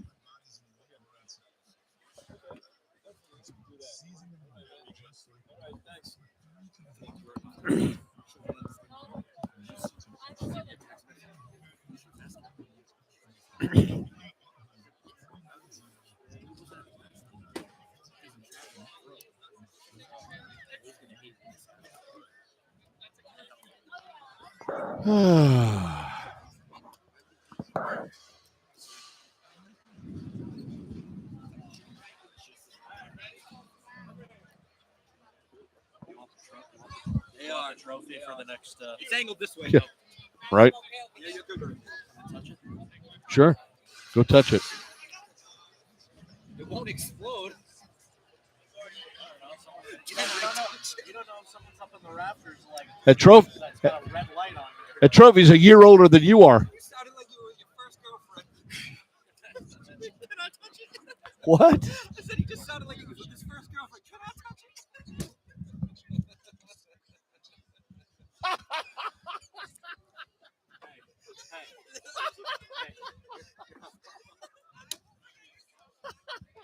What happened? Best line all day.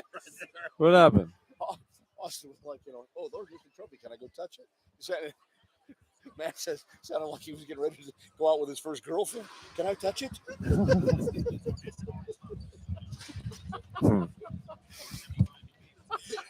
we go. We did it. And was it good for you?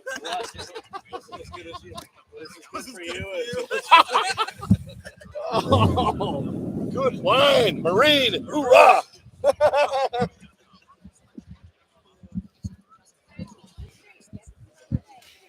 We're not supposed to have such jocularity when we get beat by 20. No. The good thing it only counts as one loss. Thank God.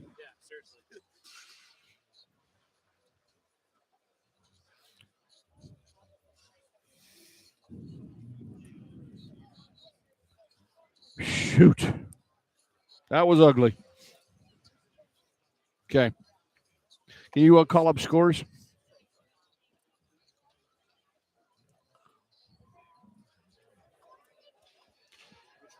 Which ones do you need? Just Big East, or what else do What's that? You just need Big East, or what else do you need?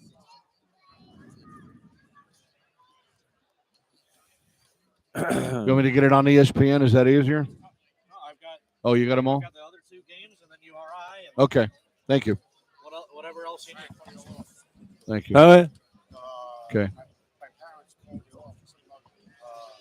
Grandmother? Yeah. Your mother? Oh, yeah. Passed away? My mother-in-law. Yeah, mother-in-law. Sorry, very lost. She's 93. She had a good run. I know. Same thing as my parents. Yeah, Devin Carter, 2 of his 18 of the game. Josh Aduro and Devin Carter leading the way, but it just wasn't enough to overcome an onslaught by the Xavier Musketeer offense today as they beat Providence 85-65 here in the AMP. As we continue with the Santander postgame wrap-up, John Rooke with Joe Hassett. Let's take a look at the final numbers here. Xavier squares their record at 8-8. And they're now 2-3 in league play as they had lost 3 of 4 before this one today. But their one win, Joe, might have been telling. That one win after losing 3 of 4 was over Seton Hall by 20 points. Yeah, I mean they and Seton Hall's rolling right now. They won again today. And that's the only loss they've had in the conference. So, that's correct. See, this Xavier team, I think they're going to be solid the rest of the year. I mean, they have good big guys that bang the boards, and their guards are very good. All right, first of all, for Xavier, they actually have 4 in double figures and led by a career-high total from the freshman Trey Green, 6-footer out of Charlotte, North Carolina. Had 4 games this year where he had scored 10 points as his previous high, and he comes up with 23, 18 in the second half, and a remarkable performance, 5 of 8 from three-point range, averaged 30% from 3 coming in. Yeah, he had to talk about the green light, plus he was unconscious out there. He was in the zone, and he just let it fly, and no matter where he took the shot, you knew it was going in. I'd say that 23 points in 23 minutes, a point a minute, that ain't bad. That's real good when you consider the leading scorer only had 10, but he picked up the slack for him. Exactly. He had 21 points as well for Desmond Claude, who had 19 of those 21 in the first half. And Claude, not known as a three-point shooter, 25% of the season, he had 3 of 6, and all of them were in that first half.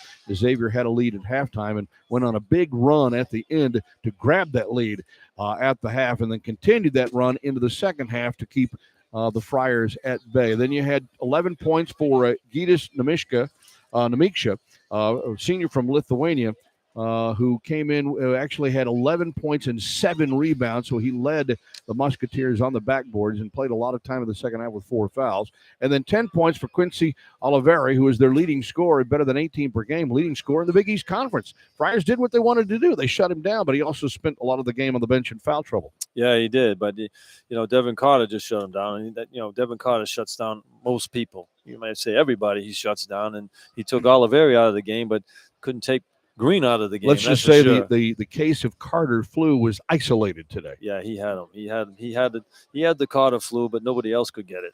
8 points for Davion McKnight, who had 8 assists as well for Xavier. You had 6 for Abu Usman in the middle, the 6'10" transfer from North Texas. And then off of the bench, you had Sasha Chani of 2 points, 4 points for Dalen Swain, as Xavier becomes the first team this season in the 17th game to hit 50% of its shots against the Friar defense. They shot 32 of 63 for 51%. Yeah, the Friars only given up 70 points a game, and the Xavier team scored 85 against them. So the defense has been suffering lately because of the size of the opposition that they're playing against. It's really tough to compete against. The last 3 games now, the Friar defense is allowing right at 50%, 48% in the last 2, 51 today. Yeah, bigger teams who were able to get the ball inside and get second chance opportunities on them, just wearing the Friars down. Xavier also shot 50% from 3, 12 for 24, shooting the 3 ball, came into the game only 33%.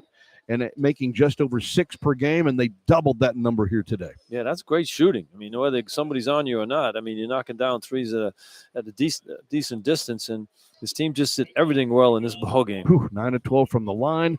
They out-rebounded the Friars 38-29. The Friars out-rebounded Xavier 16-15 in the second half. In the first half. In the second half, it was 23-13 on the backboards for Xavier.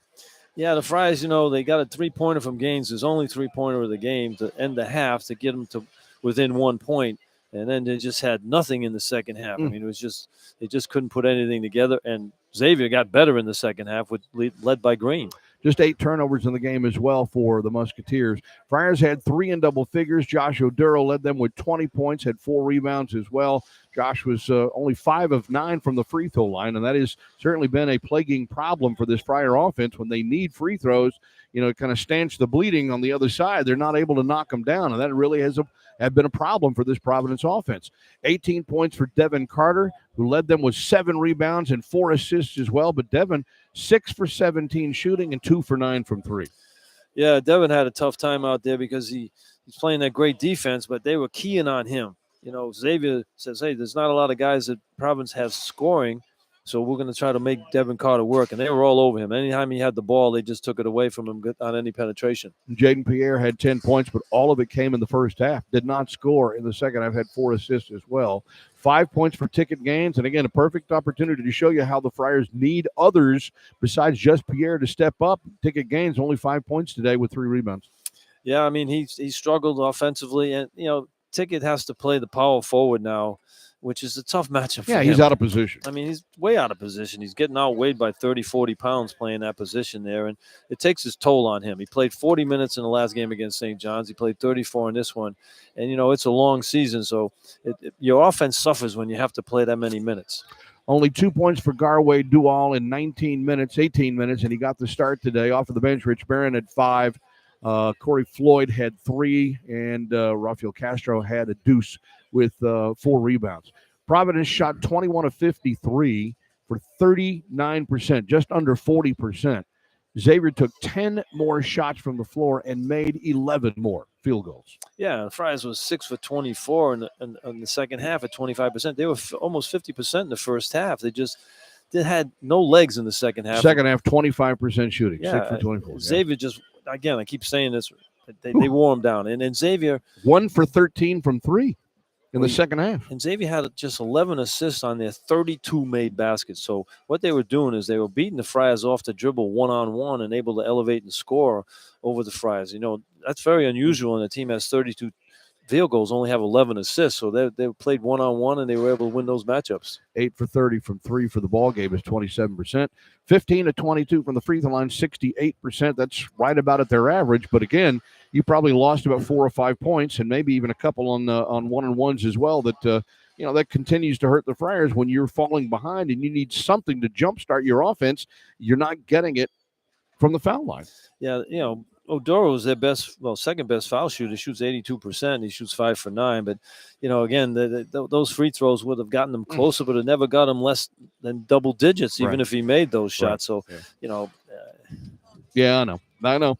29 rebounds to 38 for Xavier, so they ended up dominating on the backboards. And the Friars did turn the ball over just 10 times, which is a good number for them, but unfortunately, points off of turnovers. Xavier outscored the Friars 19-10. So that's another, dominating factor there besides the rebounding and second chance points. Well, Xavier pushed the ball up the floor, and that's a number that I already mentioned, but they had 24 fast break points. So when they got some turnovers, they were out on the fast break, and that's what the Friars normally do. The Friars only had 7 fast break points in this one. Xavier did a really good job that won't show up in the stats, but getting back on defense. The Friars weren't able to get out on the break, and that's where they're most effective, spreading the floor and pushing the ball down the floor. They weren't able to do that because Xavier did a good job of getting back. Sellout crowd today saw it, 12,348, the official attendance in here in the AMP today, 85-65 for Xavier. Joe and I back with the final thought after this final timeout. From Learfield, this is Providence Friar basketball.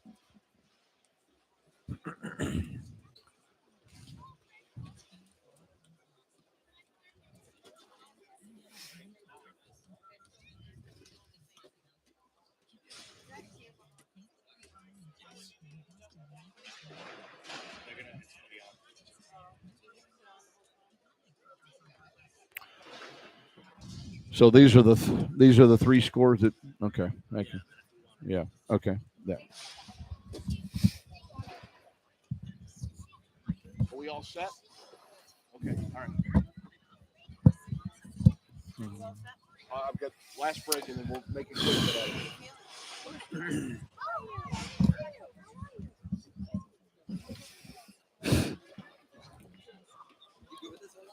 Yeah, I'm good. Sorry. No,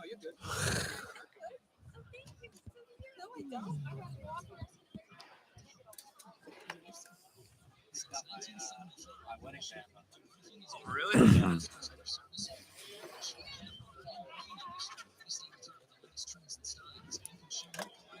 Man, it's cold in here, boy. I Yeah, tell now you what. can feel it, right? Jeez. And it's 50 degrees out. What's going to happen when we play in here when it's 10? What's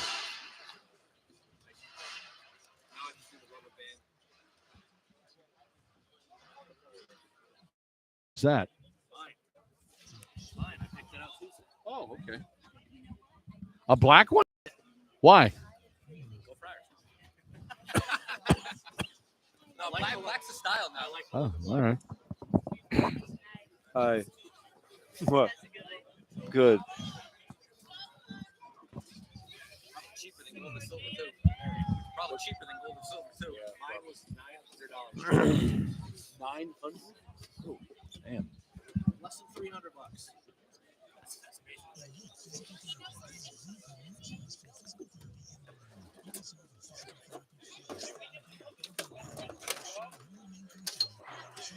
Look at Butler cost me, man. I picked all these other games. I would have won them all on parlay.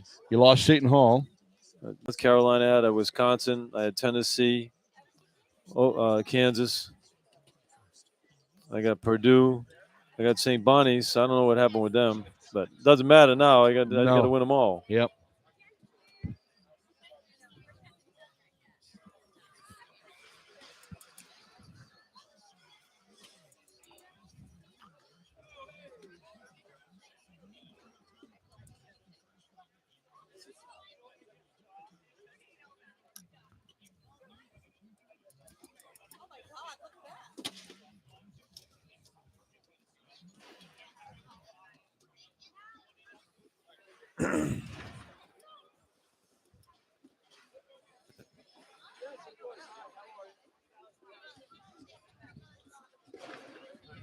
Yeah, Josh Oduro tried to do what he could do, going high and then low and spinning in and then getting the three-point play on that particular play. Got 3 of his 20. The ball game to lead the Friars in scoring this afternoon. Josh Oduro, our Audi Warwick outstanding performance of the game, even in the defeat. Yeah, I mean, you look at his numbers. Josh had a decent ball game with the 20 points in 32 minutes, but he needs a little bit more help out there. And on the defensive end, rebounding the ball, he had to battle against 2 or 3 big guys like him inside. And didn't get a lot of help. Yeah, that's pretty clear to see that he needs the help. And they seem to get it in spurts. They got it in the first half from Jaden Pierre, and it's just, but it's not a consistent enough effort. And today, though, while they didn't get the consistent offense, Joe, in a nutshell, the defense just hasn't been there really for the 3 games since Bryce Hopkins went down. It hasn't been there like it was earlier in the year, and that cost him today. Well, Xavier forced the Friars to play Xavier's pace. They want to play the half-court offense. They'll take a fast break when you give them, and that shows with the 24 points. They did that a lot off turnovers. But they want to play that half-court offense and just grind it out. The Friars weren't able to get into an up-and-down game with them, and that hurts. The Friars had a tough time in the half court because that Xavier defense did a good job against the Friars in the half court offense. The shot clock went down maybe 5 or 6, 7 times where the Friars had to rush a tough shot. Mm-hmm. All right, 3 other games in the conference today. Actually, 2 other games in the conference today. Both of them were earlier this afternoon. Seton Hall at Butler, and the Pirates' run continues. They improved to 5-1 in the conference, 78-72, and they won at Hinkle against Butler today. And we said the only loss was to this Xavier team by 20. Yeah, I mean, there's a fine line in this conference. You don't very, very rarely see a blowout like this one. But, Friars should have beaten Seton Hall in here. They took the lead a couple of times late in the game and just couldn't finish it off. But Seton Hall's playing good ball. And Creighton playing today at home against St. John's. And the Blue Jays held off the Red Storm 66-65. And St. John's have been playing at a high level. And, of course, Friars just barely lost to St. John's on Wednesday. Yeah, I mean, St. John's playing good basketball, but that Creighton team at home, they're very difficult to beat at home. They shoot the ball very well. So it's a good win for Creighton. Hey, a good day for, I guess, the Miller brothers in the state of Rhode Island today. Archie's URI Rams beat UMass 89-77. So the Rams 3-0 to start Atlantic 10 play. Yeah, I mean, they got 2 players they didn't have earlier in the year making a big difference for the Rams. Right, inside, they're getting help. A couple of other games, Wisconsin beat Northwestern, Georgia ended up losing to Tennessee. We talked about that earlier. Both of those games not really hurting the Friars net ranking. What really hurts them is losing at home today to Xavier. Yeah, I mean, this is a tough loss here. And, the good thing is it only counts as one loss. But, they got to lick their wounds and get back on the road for Wednesday against a DePaul team that spanked last night by Villanova. That's right. And that's 92-69 or something. Yep, and that's next up for the Friars. They'll be on Wednesday night in Chicago at the Wintrust Arena. It'll be Providence playing at DePaul, and both teams doing whatever they can to get a win. Friars need to break now a 4-game losing streak. DePaul just wants some kind of respectability this season. Well, DePaul hasn't won a conference game yet, and they look at the Friars coming in wounded. They feel like this is an opportunity to get a win, and the Friars thinking, hey, we got to get this game against DePaul, get to 3-4, because the real meat's coming up at the end of the year here. We haven't played a lot of tough teams at the top yet. The only team we've played at the top has been Marquette, and we beat them so far. So Friars got to get that win on Wednesday. Yep, and so that will be a 9 o'clock tip-off here on News Talk 99.7 and AM 630 WPRO. We'll have the pregame beginning at 8:40 on Wednesday as the Friars try to get off the losing scheme and get back on the winning side against the DePaul Blue Demons on Wednesday on the road. Our thanks to studio producer Tiffany Van Nerden today, Matt Morrell, our engineer, Austin Rooke with our stats and our halftime program. And for my partner, Joe Hassett, I'm John Rooke. Again, our final score, Xavier 85 and Providence 65. Friars and the Blue Demons of DePaul Wednesday from Chicago will have the broadcast right here on WPRO. Until then, so long, everybody. Thanks, Tiffany. Yep, good job.